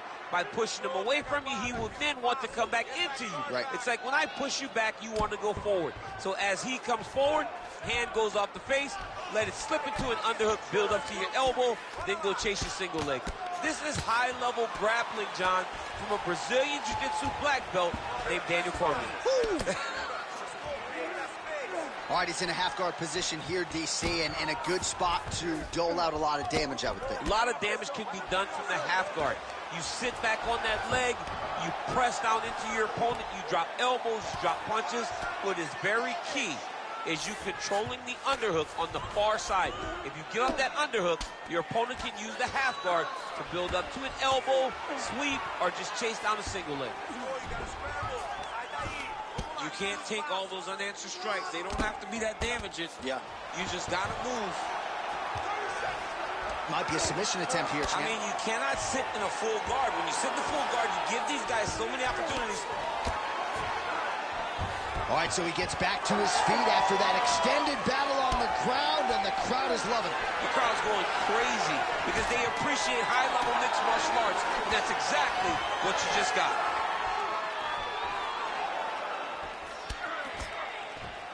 Round 3 next. All right, so the round is over, and you see some obvious bleeding now. Looks like the cut is on the nose. Yes, it is. Cutman will try to get in there and shut it, but of course, as soon as he absorbs a strike this next round, that thing could reopen. Certainly bears watching here moving forward. All right, there's the end of the round, so it was a huge strike to the head that stunned his opponent and nearly got him out of there. Yeah, that was a big moment. A big strike lands, his opponent's on wobbly legs. That is exactly what you want to see as you're walking back to your stool. Your opponent staggering back to his corner and being hopeful that he can get it back together before the start of the next round. You ready to fight? You ready? 5 minutes to go. Starting to do some really significant damage to the body here. Another strike lands there. Oh, beautifully placed and timed kick there by Moicano. Big body kick. So the blood really starting to flow. Every time that area gets targeted, that cut's getting worse. It's getting worse and worse, and you see the blood starting to come down. That is when you start to watch the fighter to see what type of effect it's starting to take on, whether or not he's reaching for it, whether or not he's confused by where it's at. You got to start to watch his reactions now as he go forward. Oh, what a connection by him there. His opponent could be out of here soon, DC. He's almost done. I mean, when you get hit with a shot like that, you don't know whether to run, hide, grab, or wrestle. He's confused. He's as confused as he was on his first test in elementary school. Oh, that's big.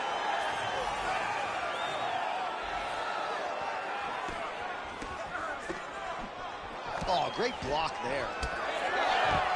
Oh, beautiful takedown by him there as he lands another one. He's keeping the stat guys busy tonight. I mean, over and over, takedown attempt after takedown attempt, and the cardio. The cardio to wrestle that much is so impressive because his opponent is getting back to his feet, but he's got this ability to continue to chase takedowns.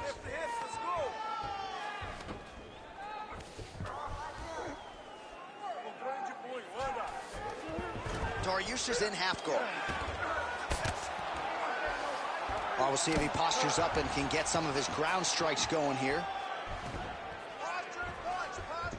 Dariush is back in half guard. He's very comfortable here. Just over 3 minutes to go in our third and final round. Yep, got to be very careful there.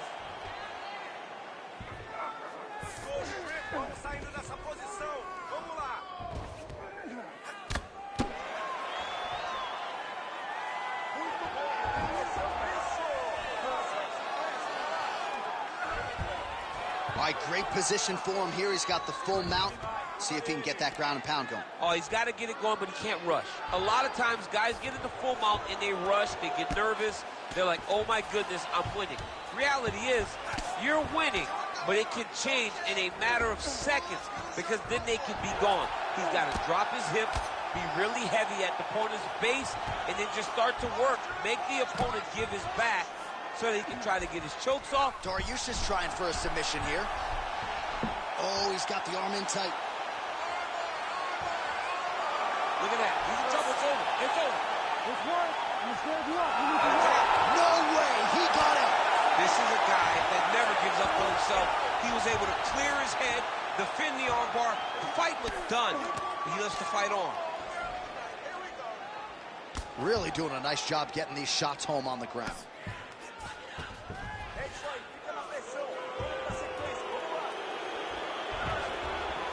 Posturing up now.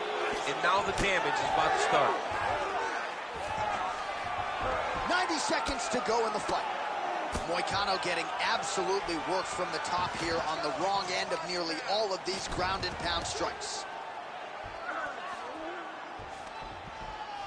All right, well, he's got him softened up here. Dariush is in half guard now. All right, side control now, DC. You know he's in his element on the ground. A lot of tricks up his sleeve. A lot of tricks. Well, no feeling out process tonight. Both fighters invoking damage on the other, DC. Yes, we knew this would be very competitive. We knew that this was a tough fight. We knew that both guys would be very evenly matched in this fight. But we didn't expect to see this type of war between these two guys. All right, well, he continues to manhandle him here on the ground. Now maybe trying to get to a choke position here, DC. Side control now, DC. A lot of options at his disposal from here. He hasn't moved on the bottom, and now he's starting to swell after he takes another ground and pound strike. Final 30 seconds of this third round. Oh, that's getting deep. Right to the knee on belly.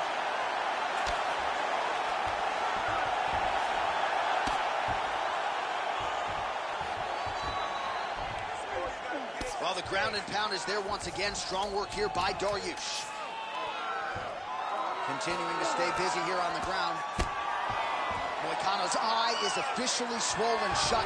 Oh, what a fight as we go the full 15 minutes. I wouldn't be surprised to see them run it back at some point in the future. Let's get to the official decision. Here once more, Bruce Buffer. Ladies and gentlemen, after 3 rounds, we go to the judges' scorecards for a decision. Ladies and gentlemen, this fight is considered a split draw. All right, well, as you articulated throughout the broadcast, both men should be happy with their performances here tonight. Perhaps not that thrilled with the result. It's a draw. Well, you want to win. As a fighter, you want to win, especially when you had moments.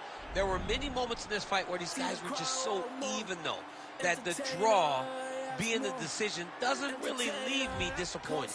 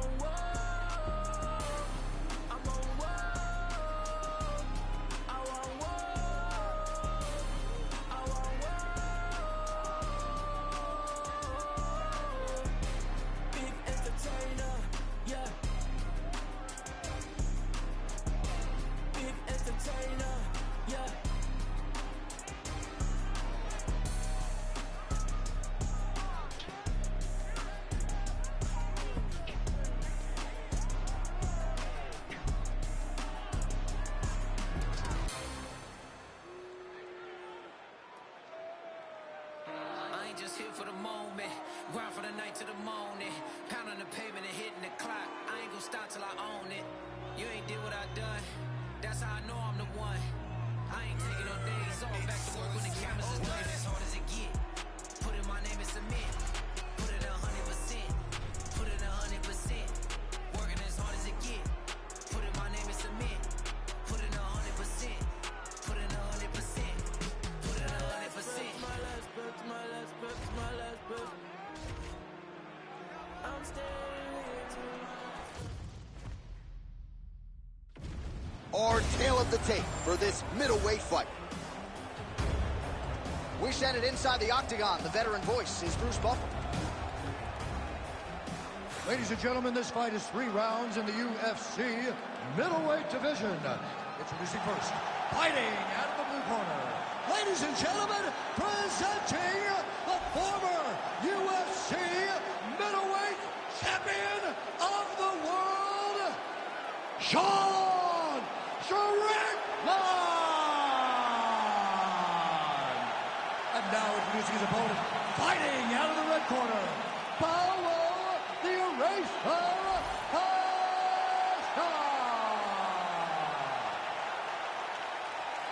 You ready? You ready? Let's do it. All right, early round action here, and you got to be mindful of that Paulo Costa power. I know that isn't breaking news, but certainly his opponent talked a lot about that this week, especially at the outset of these rounds when bodies are dry and not tired. You've got to be careful of all that Paulo Costa Brazilian power coming back your way. Well, you saw us referencing the tail of the tape, DC. He's got the reach advantage and certainly made good use of it there in landing that jab. Nice strike. Oh, Paulo Costa's power, getting it going yet again. This has got to be the scariest guy in the middleweight division right now. Belt around his waist or not, no decision victories as he enters the octagon here tonight, and it's easy to see why. Oh, high-level defense there. The hook shot is blocked by Sean Strickland. Nice teep kick there from the kickboxer, and that is going to give the opposition something to think about. I've never eaten one of those, but doesn't seem fun. No, it sucks. It sucks to get hit with that front kick up the middle. And that is going to allow for him to stay at range. It also deters takedown attempts, because you know that if you change levels into one of those, you are going to sleep. That hook was bad. Oh, how good is this? 1 minute into the fight, and we got a full-on brawl. These guys said that they were going to point to the center of the octagon and they were going to fight. Did I believe them? No. So right now, I am so wrong. They are doing exactly what they said. Yeah, shades of Max Holloway against Ricardo Lamas back in the day. So just over 20 total strikes have found the mark for Paulo Costa. Costa to the body now. I'm not sure how he stayed upright. I mean, when you get hit with a shot like that, to stay standing shows and talks to your toughness. Under 3 minutes now to go in what has been a very fast-paced opening round here. Back and forth we go. Strickland's nose is bleeding now. Looks to be cut, perhaps there on the bridge. So pretty good recovery by the opponent after getting stunned pretty good. Got to capitalize on those opportunities. I mean, you can't waste these opportunities. You don't get them as often as you like. So when you get a guy hurt, you got to find a way to finish the fight. All right, so he's landed a few seminal uppercuts already, DC. Holy smokes! Man, this is wild. These guys are both throwing everything with fight-ending intentions.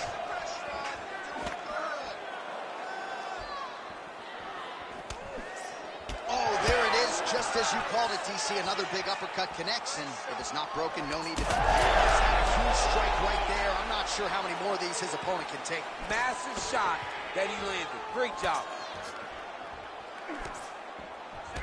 Champ, look at that redness underneath his elbow. A lot of those strikes to the body starting to pile up. Getting beat up and being smart enough to not be headhunting the entire time. I like this. I like this approach. Oh, nice.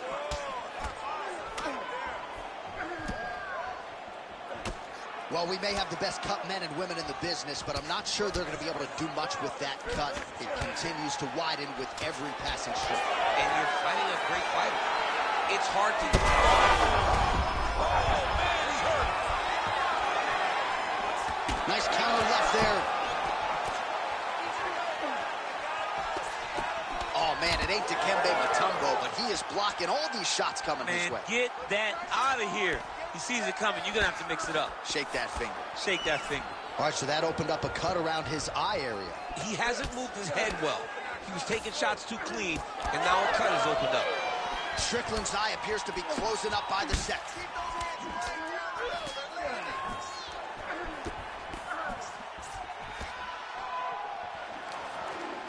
Oh, good work with the jab there.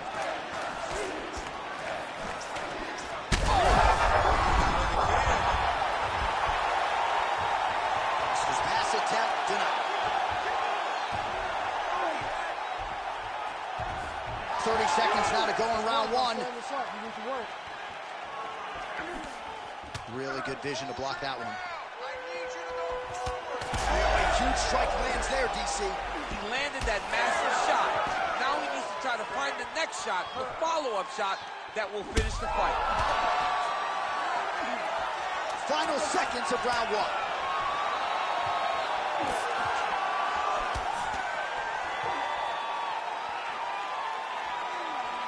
Round two is next. All right, we're going to stay with him and follow him back to the corner to the stool because that is a really severe cut that he is dealing with. We'll see if the cut man can stem the bleeding here.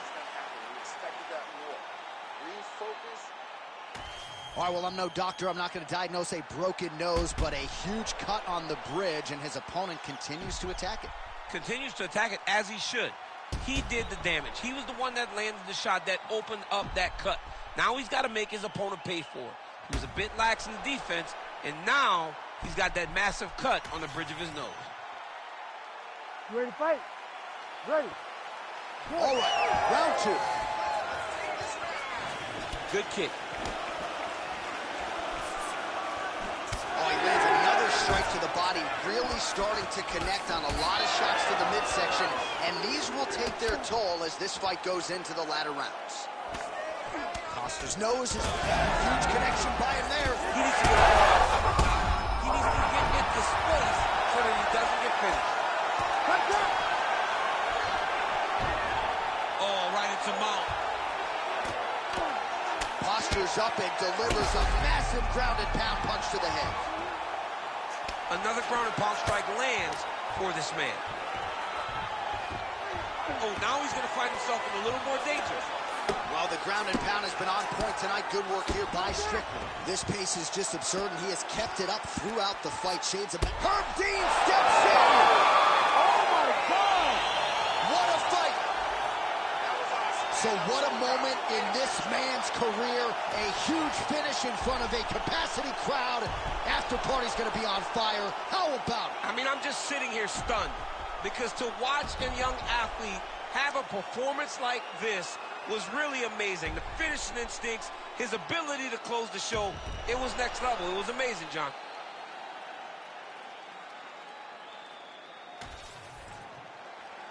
Bruce Buffer has your official decision. Ladies and gentlemen, referee Herb Dean's called a stop to this contest at 54 seconds of round number 2. Declaring the winner by TKO, Sean Strickland!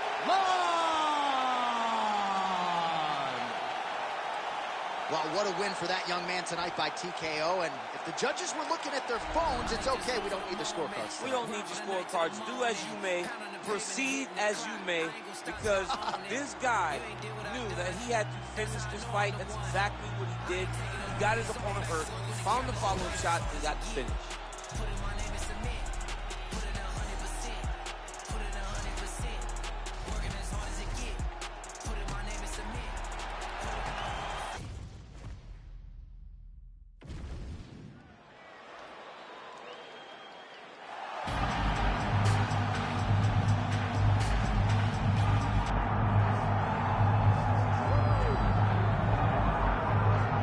All right, so here he is, the former UFC interim flyweight title challenger, Kai Kara-France, training out of City Kickboxing in Auckland, New Zealand.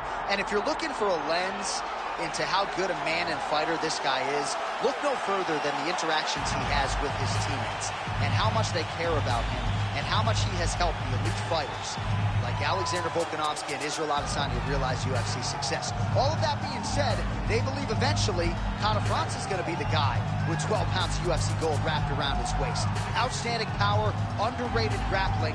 Tonight, though, he believes that his hands are going to do all of the necessary talking against this particular opponent.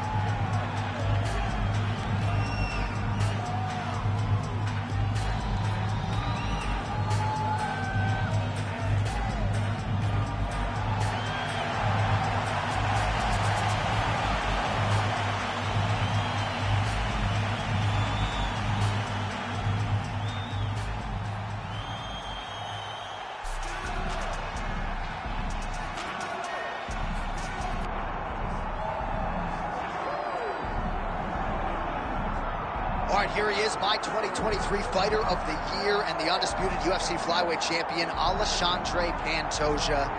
Pro debut at 17 years of age in Rio de Janeiro, Brazil. Finally breaks through to win the undisputed UFC title at 33 years of age. He is as watchable and as well-rounded as any fighter in the sport. And in advance of his first title defense at our fighter meeting, he said, now the focus is getting my pound-for-pound due. I know I'm the best flyweight in the world. I'm out to prove that again tonight. But I want to show the masses that I can be the pound-for-pound king, and he might just be that guy.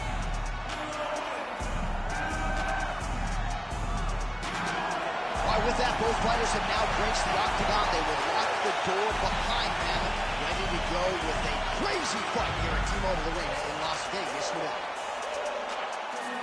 Our tail the tape for this flyweight championship fight. Here is Bruce Buffer. Ladies and gentlemen, this is the co-main event of the evening. It's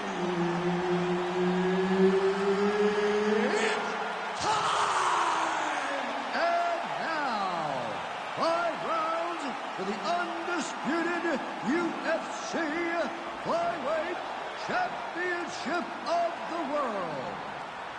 Introducing first, fighting out of the blue corner,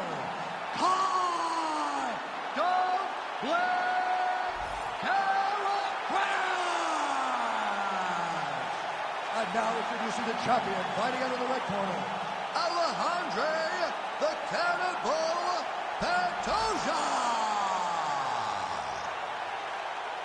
All right, Herb Dean, our referee for this one, just about to get underway. Good. All right, early round action here featuring the American top team trained flyweight contender, Alexandre Pantoja. Injuries limited him to just one appearance in 2020, but now he is back in a more regular competing cycle, and the results really speak for themselves. This man poses danger everywhere. The danger factor particularly high on the ground when it comes to his submission game, but if you sleep on him on the feet, he'll put you to sleep. Just ask Matt Schnell.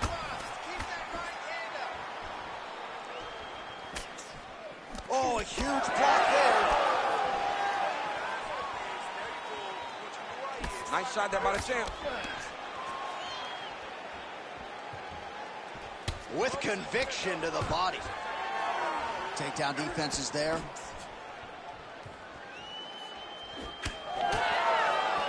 How good is this action about a minute in? I think I'm gassing out just watching this thing. I'm exhausted trying to call all the strikes that these two men are throwing at each other. What a fun fight. Yeah, I hate to be the punch counter tonight. Throwing that jab, no good.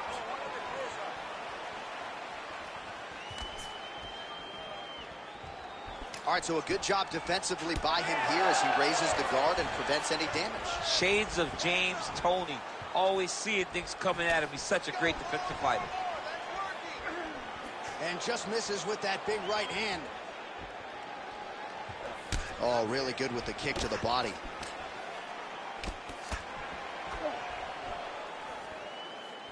Pantoja gets hit with a kick. That one appeared to land flush.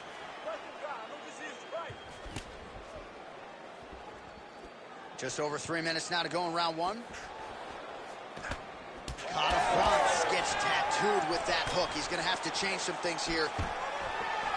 Oh, nice takedown defense. Nice kick to the midsection. Back to the jab now, no good. Punches and punches, let's go. Ooh.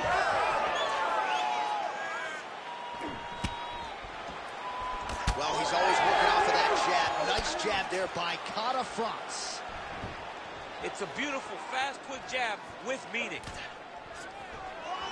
And a nice job at least staying upright on that. Real quick leg kick. Big shot to the head. This guy cannot miss the head with his strikes. Those are big strikes. 2 minutes on the round one clock. Going to the body now with that hook. Well placed there by Pantoja. Oh, is he opened up now? Nasty cut on the bridge of the nose. Takedown defense holds up.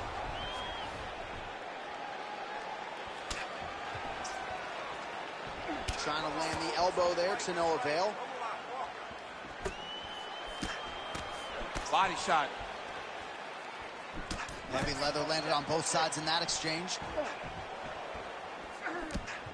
Clipped him with the right hand there. Nice kick there by Cotta Fronts.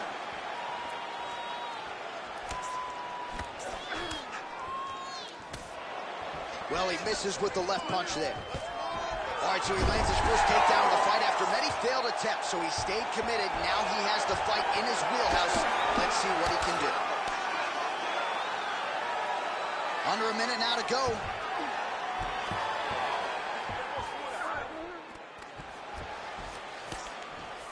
That was nice.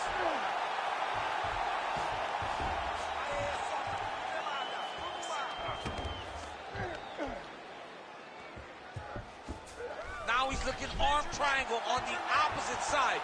When he goes to finish, look, he's got it locked. When he goes to finish, he has to pass his body all the way to the opposite side, drop his chest to get enough pressure to finish his technique.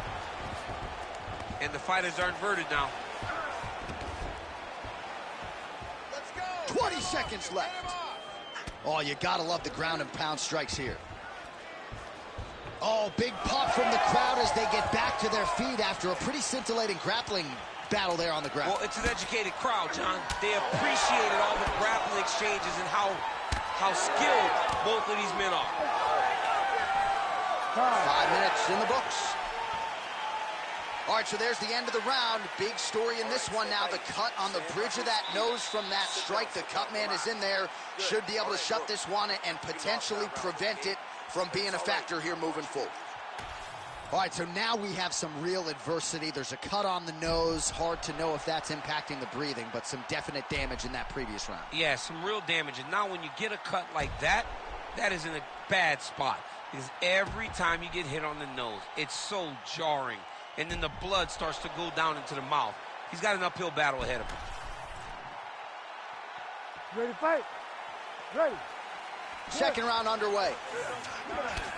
All right, next round is now underway. DC, any major takeaways after the previous 5 minutes? That both of these guys are very evenly matched. The matchmakers did a fantastic job when they put these two in the octagon. So even though... Picture perfect shot there, DC, and one more of those, he might be out. I mean, the fight is going to be over. I can't believe he's still standing. That shot landed perfect. That leg kick hurt.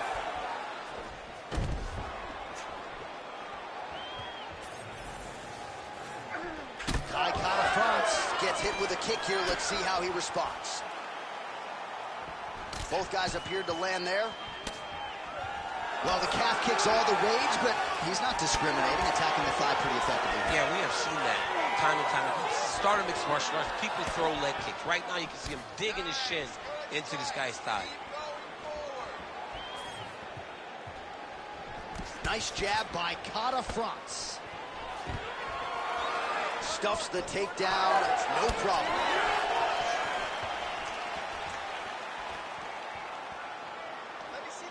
Now he lands a solid punch. Well, not much setup behind it. The right hook misses. All right, so he lands again just like we saw in the last round, realizing a lot of success with his multi-beat team. You know, why change it? It's working, and it's working from the very start of the fight. The moment this fight started, you saw the advantage that we predicted was there. He started to take advantage of it early, and now he's continuing to build on that. This kickboxer looks amazing tonight. Takedown defense holds up. Oh, short uppercut in the clinch by Cotta Fronts. Just out of range with that strike. Oh! He's hurt.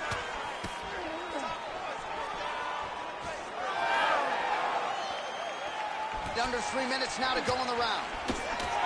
Pantoja is blocking well now. Nice job to protect that already damaged nose as he raises the guard.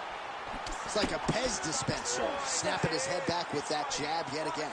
You know, you think that when you put these two in a fight, the kickboxer may win based on stand-up skills, but in mixed martial arts, because you have so many things to worry about, he is having much more success with his jab. Stuffs that takedown attempt without issue. Just a nasty leg kick. That one hurt. That's hard to watch. I mean, he is throwing those kicks with evil intent. He is trying to break his leg. Oh, this could be over soon. Nice leg kick.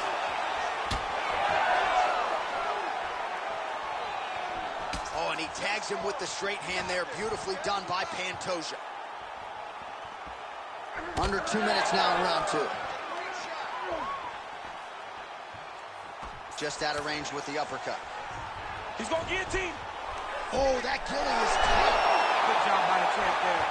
Sliding back out.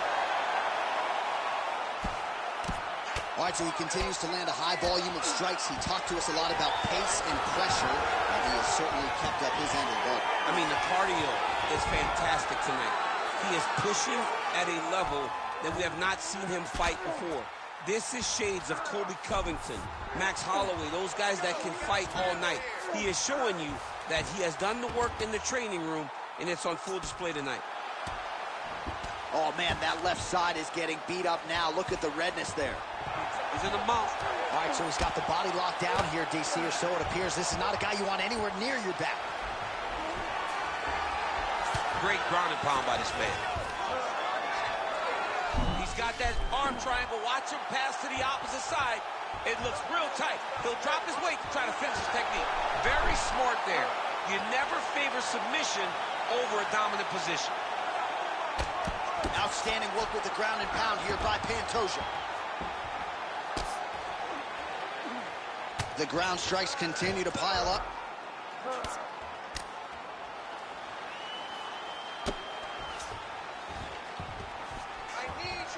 Pretty good work with the ground and pound here by Pantoja. Beautiful ground and pound. And it looks like he has a cut now. Oh, and another punch on the ground gets through. May need some defense here. Oh, these are some serious power punches from the top by Pantoja.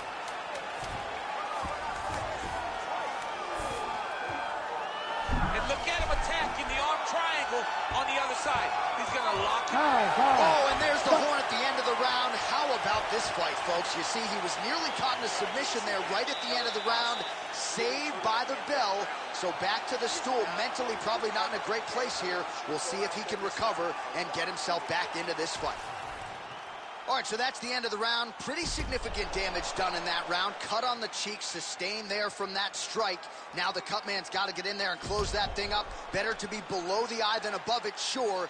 But nonetheless, this could be a factor now moving forward.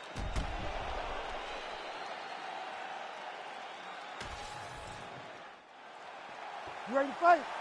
You ready? Good. Round 3 of a possible 5.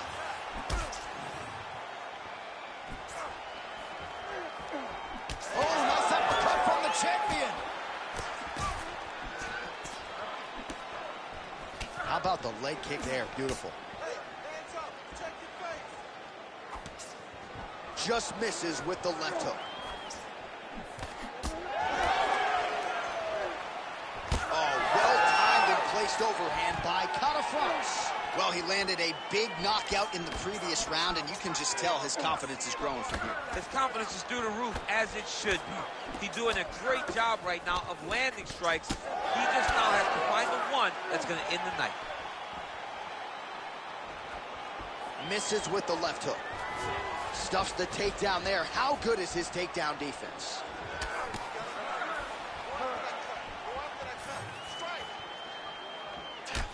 Well, this is absolutely the hurt business. It's hard to see which party is more injured. Oh, huge strike lands there, and somehow his opponent's chin held up. His opponent's chin held up, but you do not want to be on the receiving end of those types of strikes. All right, let's go. Look to set up that low kick now. Oh, looking to land the leg kick. That one checked. Look at that leg.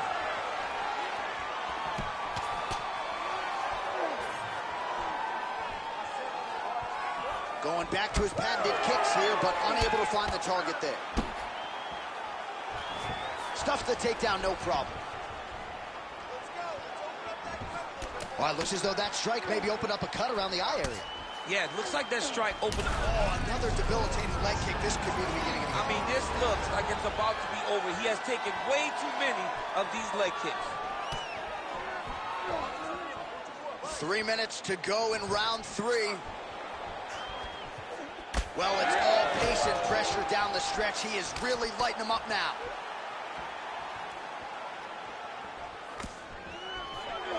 Great takedown defense right now by the champ.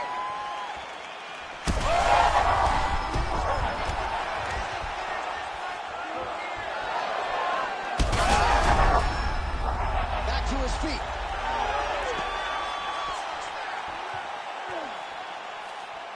So we have crossed.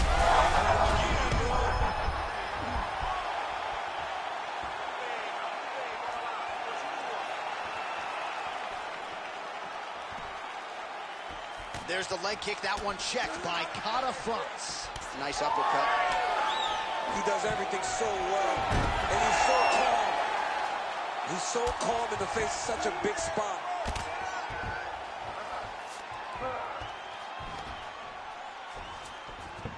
Pantoja's in half guard. There it is. Now he's running him out. Well, now that cut in the eye area, Daniel, becoming a major storyline. He's got to be careful. Pantoja's going for an arm here. Oh, arms in tight.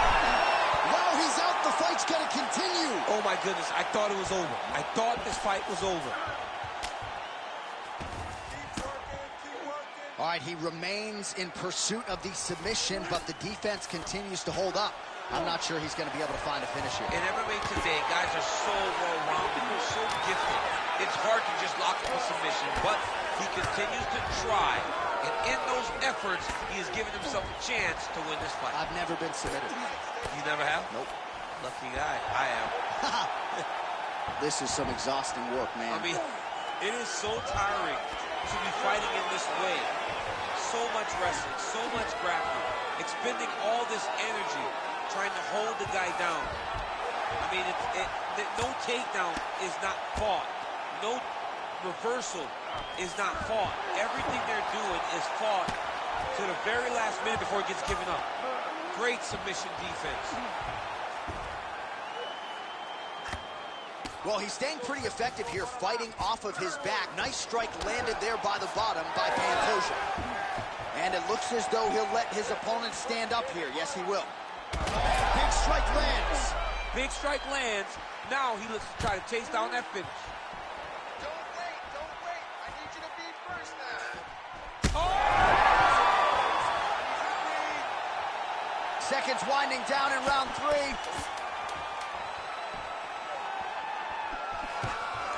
And yet another takedown by Pantoja. Can't get it. Good awareness by the defensive fighter. In a very close round, a takedown like that might be the difference. Well, DC, this is what the fans paid to come and see. Multiple knockdowns on one side in that round, and it's amazing to think that as we sit here, this fight's not over yet. It's not over yet. There's no 3 knockdown rule like in boxing. Right. So as long as the guy gets up, right, the guy can continue to fight. It is a phenomenal fight. We knew it when the matchmakers told him that they were putting them together. Great fight, and is truly delivering.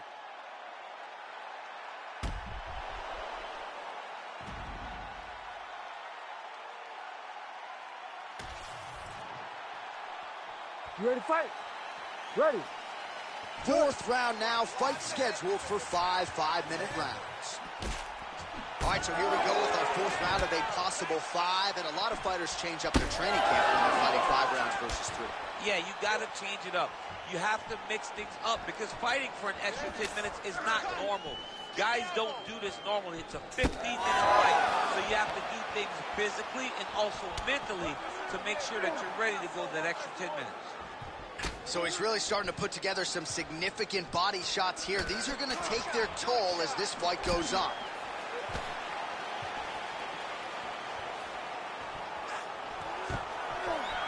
Oh, stuffs the takedown without issue. Now some separation from his clinch position.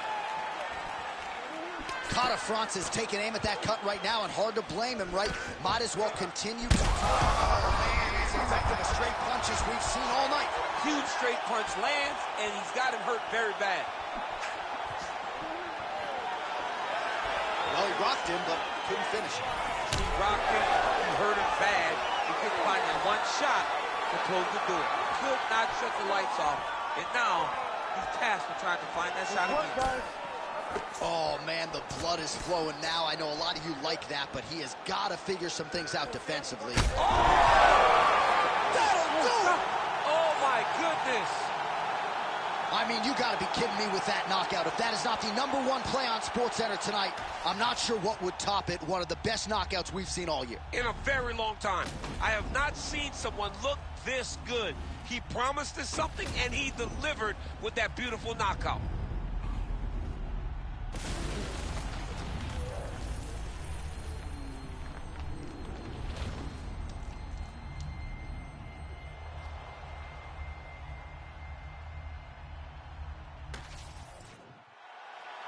All right, let's get to the official decision. Here's Bruce Buffer. Ladies and gentlemen, referee Herb Dean has called a stop to this contest at 1 minute, 22 seconds of round number 4.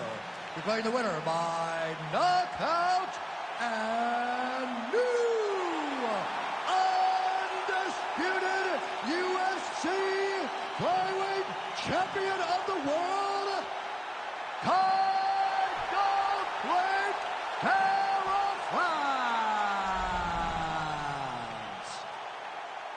All right, so Kai France, your winner tonight by knockout. Now, he was unable to break through and win that UFC interim flyweight title, but talk about getting back on the horse. That's a huge win tonight. That's how you bounce back. I mean, that's how you bounce back. You want to come out here and make a statement. Tell people, don't forget about me. You knock somebody out in the way that Kai France did tonight, that makes him recognize it. Stand up. Great job by Kai France. And he'll be the first to tell you, with a nickname, Don't Blink, you got to put people away. He was able to do it here tonight.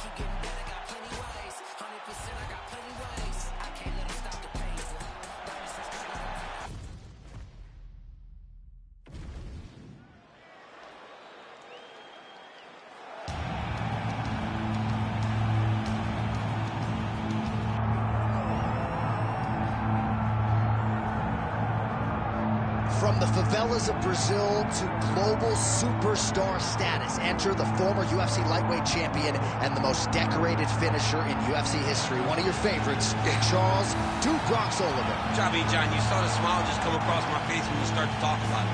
This guy's fun. Very few guys bring out that emotion. Justin Gaethje and Charlie Allen, those are the ones for me that feel like they bring that emotion out of me. Like, I know this will be fun. To see this guy rise from where he was, not only in his career, but in his life, to become the champion of the world, it was amazing to watch. And for the time that he was the champ, what a ride, man. We had fun calling Oliveira fights. Let's see if he can start another run towards a championship. Yeah, big challenge for him here tonight, but I do get emotional thinking about where he came from and where he is right now, right? Nicknamed Dude Bronx, the ghetto, and he emerged out of it to change his life forever. We'll see how it goes for Charles Oliveira tonight.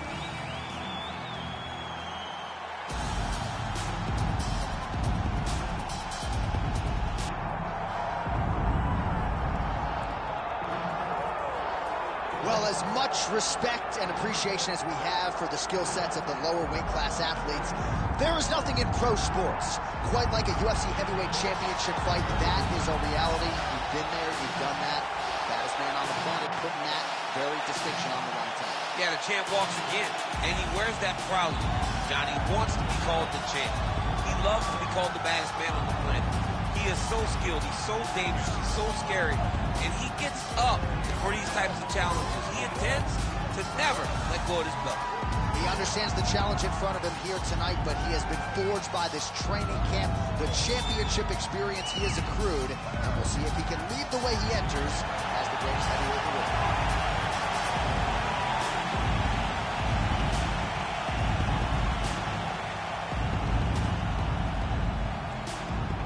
Our tale of the tape for this heavyweight championship fight. Now for the official introductions, the veteran voice of the Octagon, Bruce Buffer. Ladies and gentlemen, this is the main event of the evening.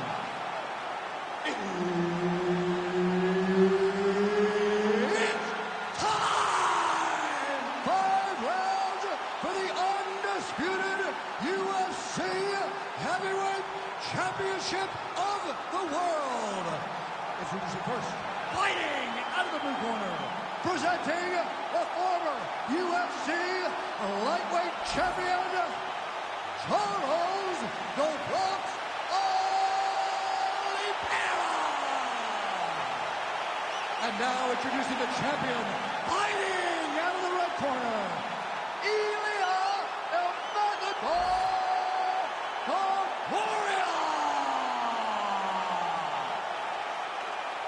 Herb Dean, our referee for this one.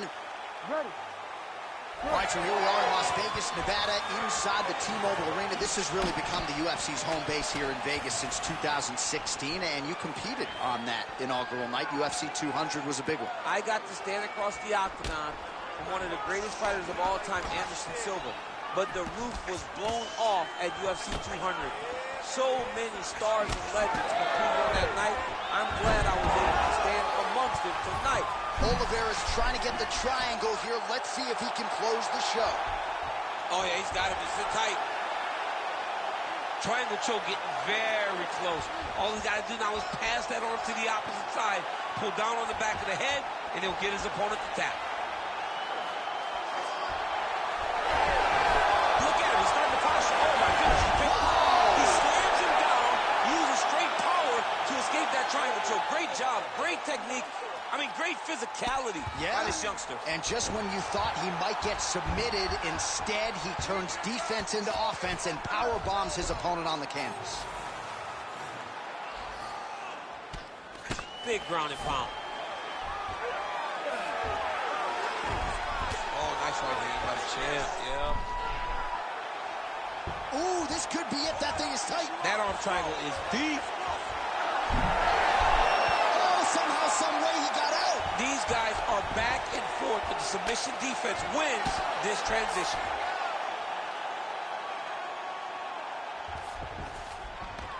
Pretty good work with the strikes here off of his back by Ilia Topuria.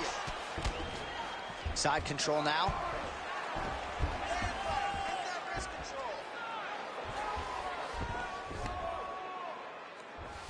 Just over 3 minutes to go, round one.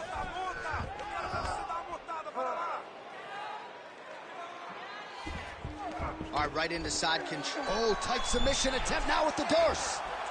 Oh, my goodness. That Darce choke is very tight. Oh, submission defense holds up again. Well, nothing in the unified rules says you can't strike from off of your back, and he did well there. Nice. Now he's going full mount. Oh, he's got to be careful there, yep. Nicely done there as he forces the miss from his opponent.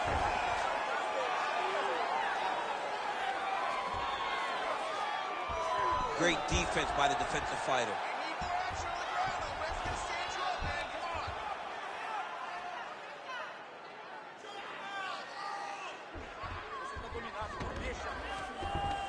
He is really doing a nice job with his head movement here defensively on the ground to avoid further punishment. He isn't waiting until his opponent throws. He's being proactive. When his opponent throws, he's already moving, so he's missing it. All right, side control now, DC. When you get side control in a fight, what are you looking at? When I get to the side control in the fight, and I believe this young man should do the same thing, it's secure first. Grab everything in tight. Make sure your elbows are in. Make sure you've got something locked in so your opponent doesn't just squirm away. Punch short punches, but try to make the opponent make a choice. Either he turns back. Look at him attack that arm triangle on the opposite side. When it's time to finish, he will lock his hands, pass his body all the way to the opposite side. Oh, that's got to be it. Oh, submission defense on full display there. He said that he was very aware of what this guy brought to the Octagon, and it showed in that defense. Good job by the champ there. Sliding back up. Topuria's in half guard. Oh, looked like that strike from the bottom fighter got the crowd's attention.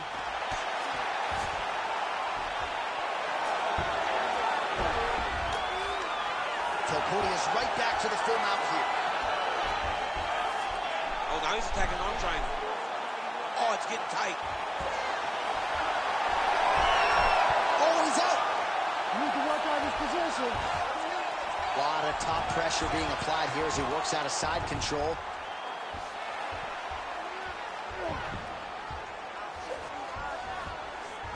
"15 seconds remain in the round." Darce, yep, he's trying to hit a Darce here. That Darce choke is tight.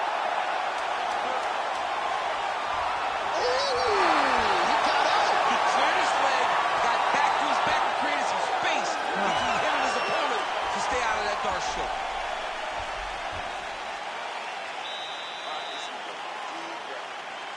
Relax. I want you to go out there, I want you to do what you did in that last round, but just a little safer. You got a little too... All right, so a wild round and a wild sequence there on the ground, DC. Talk us through the highlight. Yeah, man, you see two high-level grapplers going after it. One guy gets an advantage. The other guy always has a response. We thought it was over. A lesser opponent would have been submitted, but these two are two of the best grapplers in the entire UFC. You ready to fight? Ready. Round 2 is underway. And now his opponent in a world of trouble. Such a sneaky head kick. He did not recognize he was coming high, and now he's got him hurt bad. Big right hand there. Well, his opponent seemed to be stunned to a significant extent, but was able to recover, and it's almost like he let him off the hook a little bit. Kind of let him off the hook. He needed to really put his foot on the gas to try to find that finish. Topuria's in half guard. Attempting a choke now. Oh, he's in trouble here, DC. He's got the triangle with a lot of pressure going down on his opponent. He's out. What submission defense on display. Oh, he's got his back.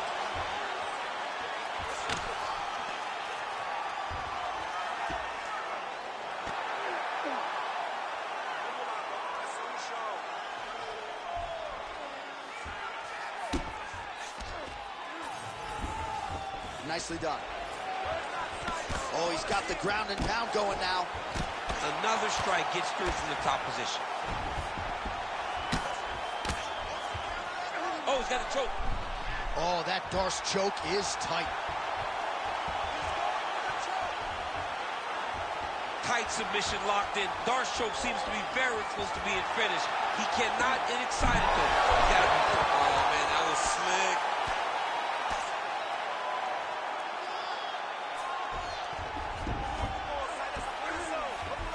Oh, we'll see who has the edge here as they get back to their feet after a pretty engaged battle there on the ground. And both of these guys should feel pretty satisfied because they both had their moments and they both showed true skill on the ground.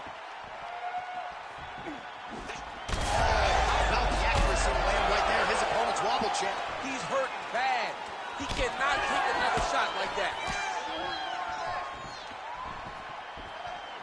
Well, a really good second round for him thus far. After a somewhat lackluster first round, he has found the rhythm and found his striking range. Oh, he jumped guillotine right away. Oh, my goodness. Great submission defense on this one. All right, so he can't get it here. Again, good awareness by the defensive fighter. Let's go.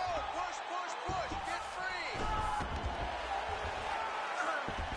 All right, he's got him in the north-south position here, DC. When you're in this position, however rare it may... Oh, could get a finish soon. Looks like a Darce choke. Oh, Darce choke locked and loaded. Oh, he is out. How good is that? That is phenomenal submission defense by this young man. Oh, to the mouth. Beautiful ground and pound, and that would cut him.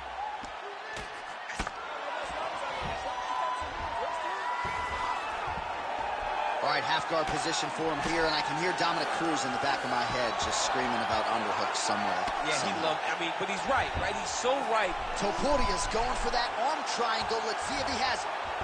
Oh, tense moment here. That arm triangle's tight. Oh, he's out.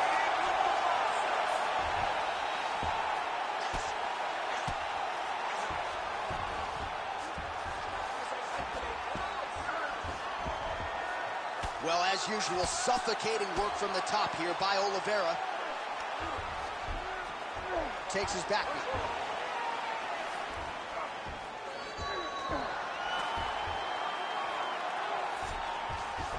Close guard.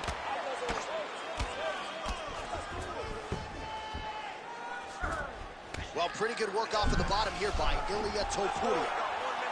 Oh, I don't know. That heel hook looks tight. Good job by the champ there. Sliding back up. Ooh, diving punch lands.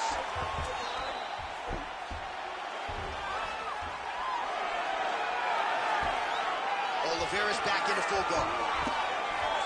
Not there yet, but might get the submission here shortly. Landing strikes nicely here from top position.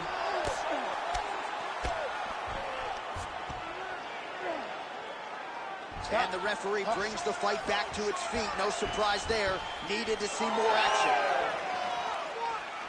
This fight, come on. 20 seconds now remain in the round. You don't want to eat too many more of those. No, and he needs to start looking to finish now because he's got his opponent hurt very bad. Oh, look at that.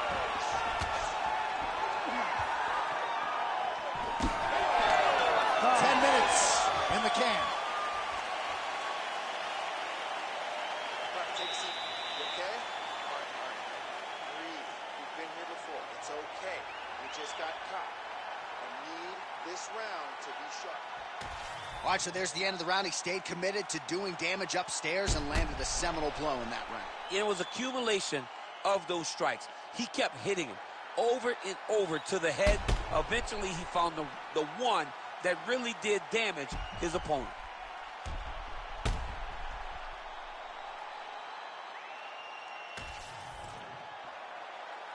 You ready to fight? You ready? All right, here we go with this third round of this championship fight.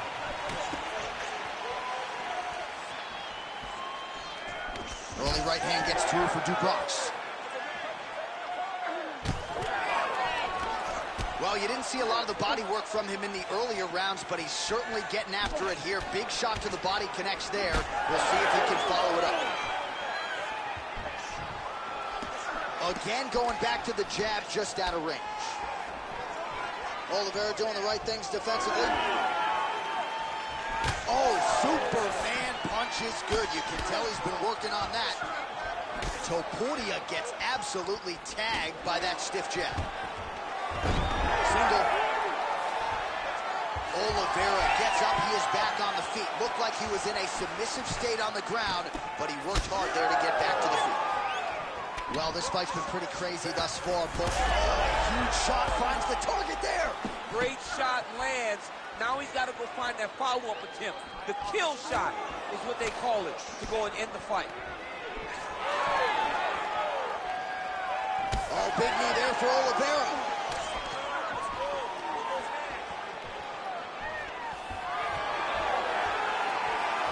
Nice. Oliveira's got his head looking for a guillotine. Oh, wow. Oh! That guillotine is tight. Oh, looks like he's countering here with maybe a Von Flue. He's got the side mount. And now all of a sudden his opponent's in trouble. Oh, somehow he gets out. Fantastic submission D. Yeah, he's trying to get to the Darce here. That Darce choke is tight. It looks like the Darce choke is in. He's got it locked in now. What he's got to do is start to feed his hip. Oh, submission defense holds up again. It's on point. He's constantly under attack, and he just constantly bats away these submission attempts back to back. Topuria's got a pretty deep bruise now starting to appear on the right side of his body. His opponent has done a lot of work in that region tonight. He's got to be careful here. Nice defense. Oh, trying to pass here, but Dikembe Mutombo style, he gets denied. Block! Great job blocking that pass by the bottom fighter. All right, so not enough action there on the ground. The referee brings the fight back to the feet, and we are back underway. All right, so now we start to see some redness underneath the elbow. You got to think he's going to continue to attack the body with all of his strikes. Well, his opponent has not done anything to deter him. he should keep doing this, keep going to the well until his opponent finds an answer, because right now, he seems lost to it. Takedown defense is there. Action high in there. His opponent could be out of here soon, DC. He's almost done. I mean, when you get hit with a shot like that, you don't know whether to run, hide, grab, or wrestle. He's confused. He's as confused as he was on his first test in elementary school.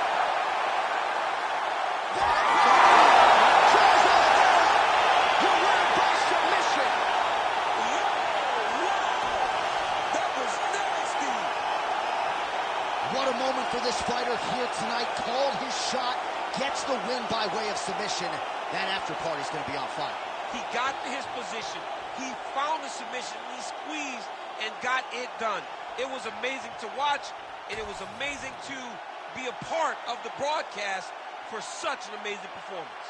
Bruce Buffer now with the official decision. Ladies and gentlemen, referee Herb Dean has called a stop to this contest at 3 minutes, 13 seconds of the third round. Declaring the winner by tap out and new undisputed UFC heavyweight champion of the world, Charles the Bronx Oliveira. All right, Buff, thank you very much. And there it is yet again. Charles Oliveira adding to his submission total here with a win tonight. New Bronx Charles Oliveira, the moment the fight hits the floor, you are constantly under attack. Once again, as he has done on so many occasions, Charles Oliveira submits his opponent and gets another submission victory. Congrats, New Bronx and your team.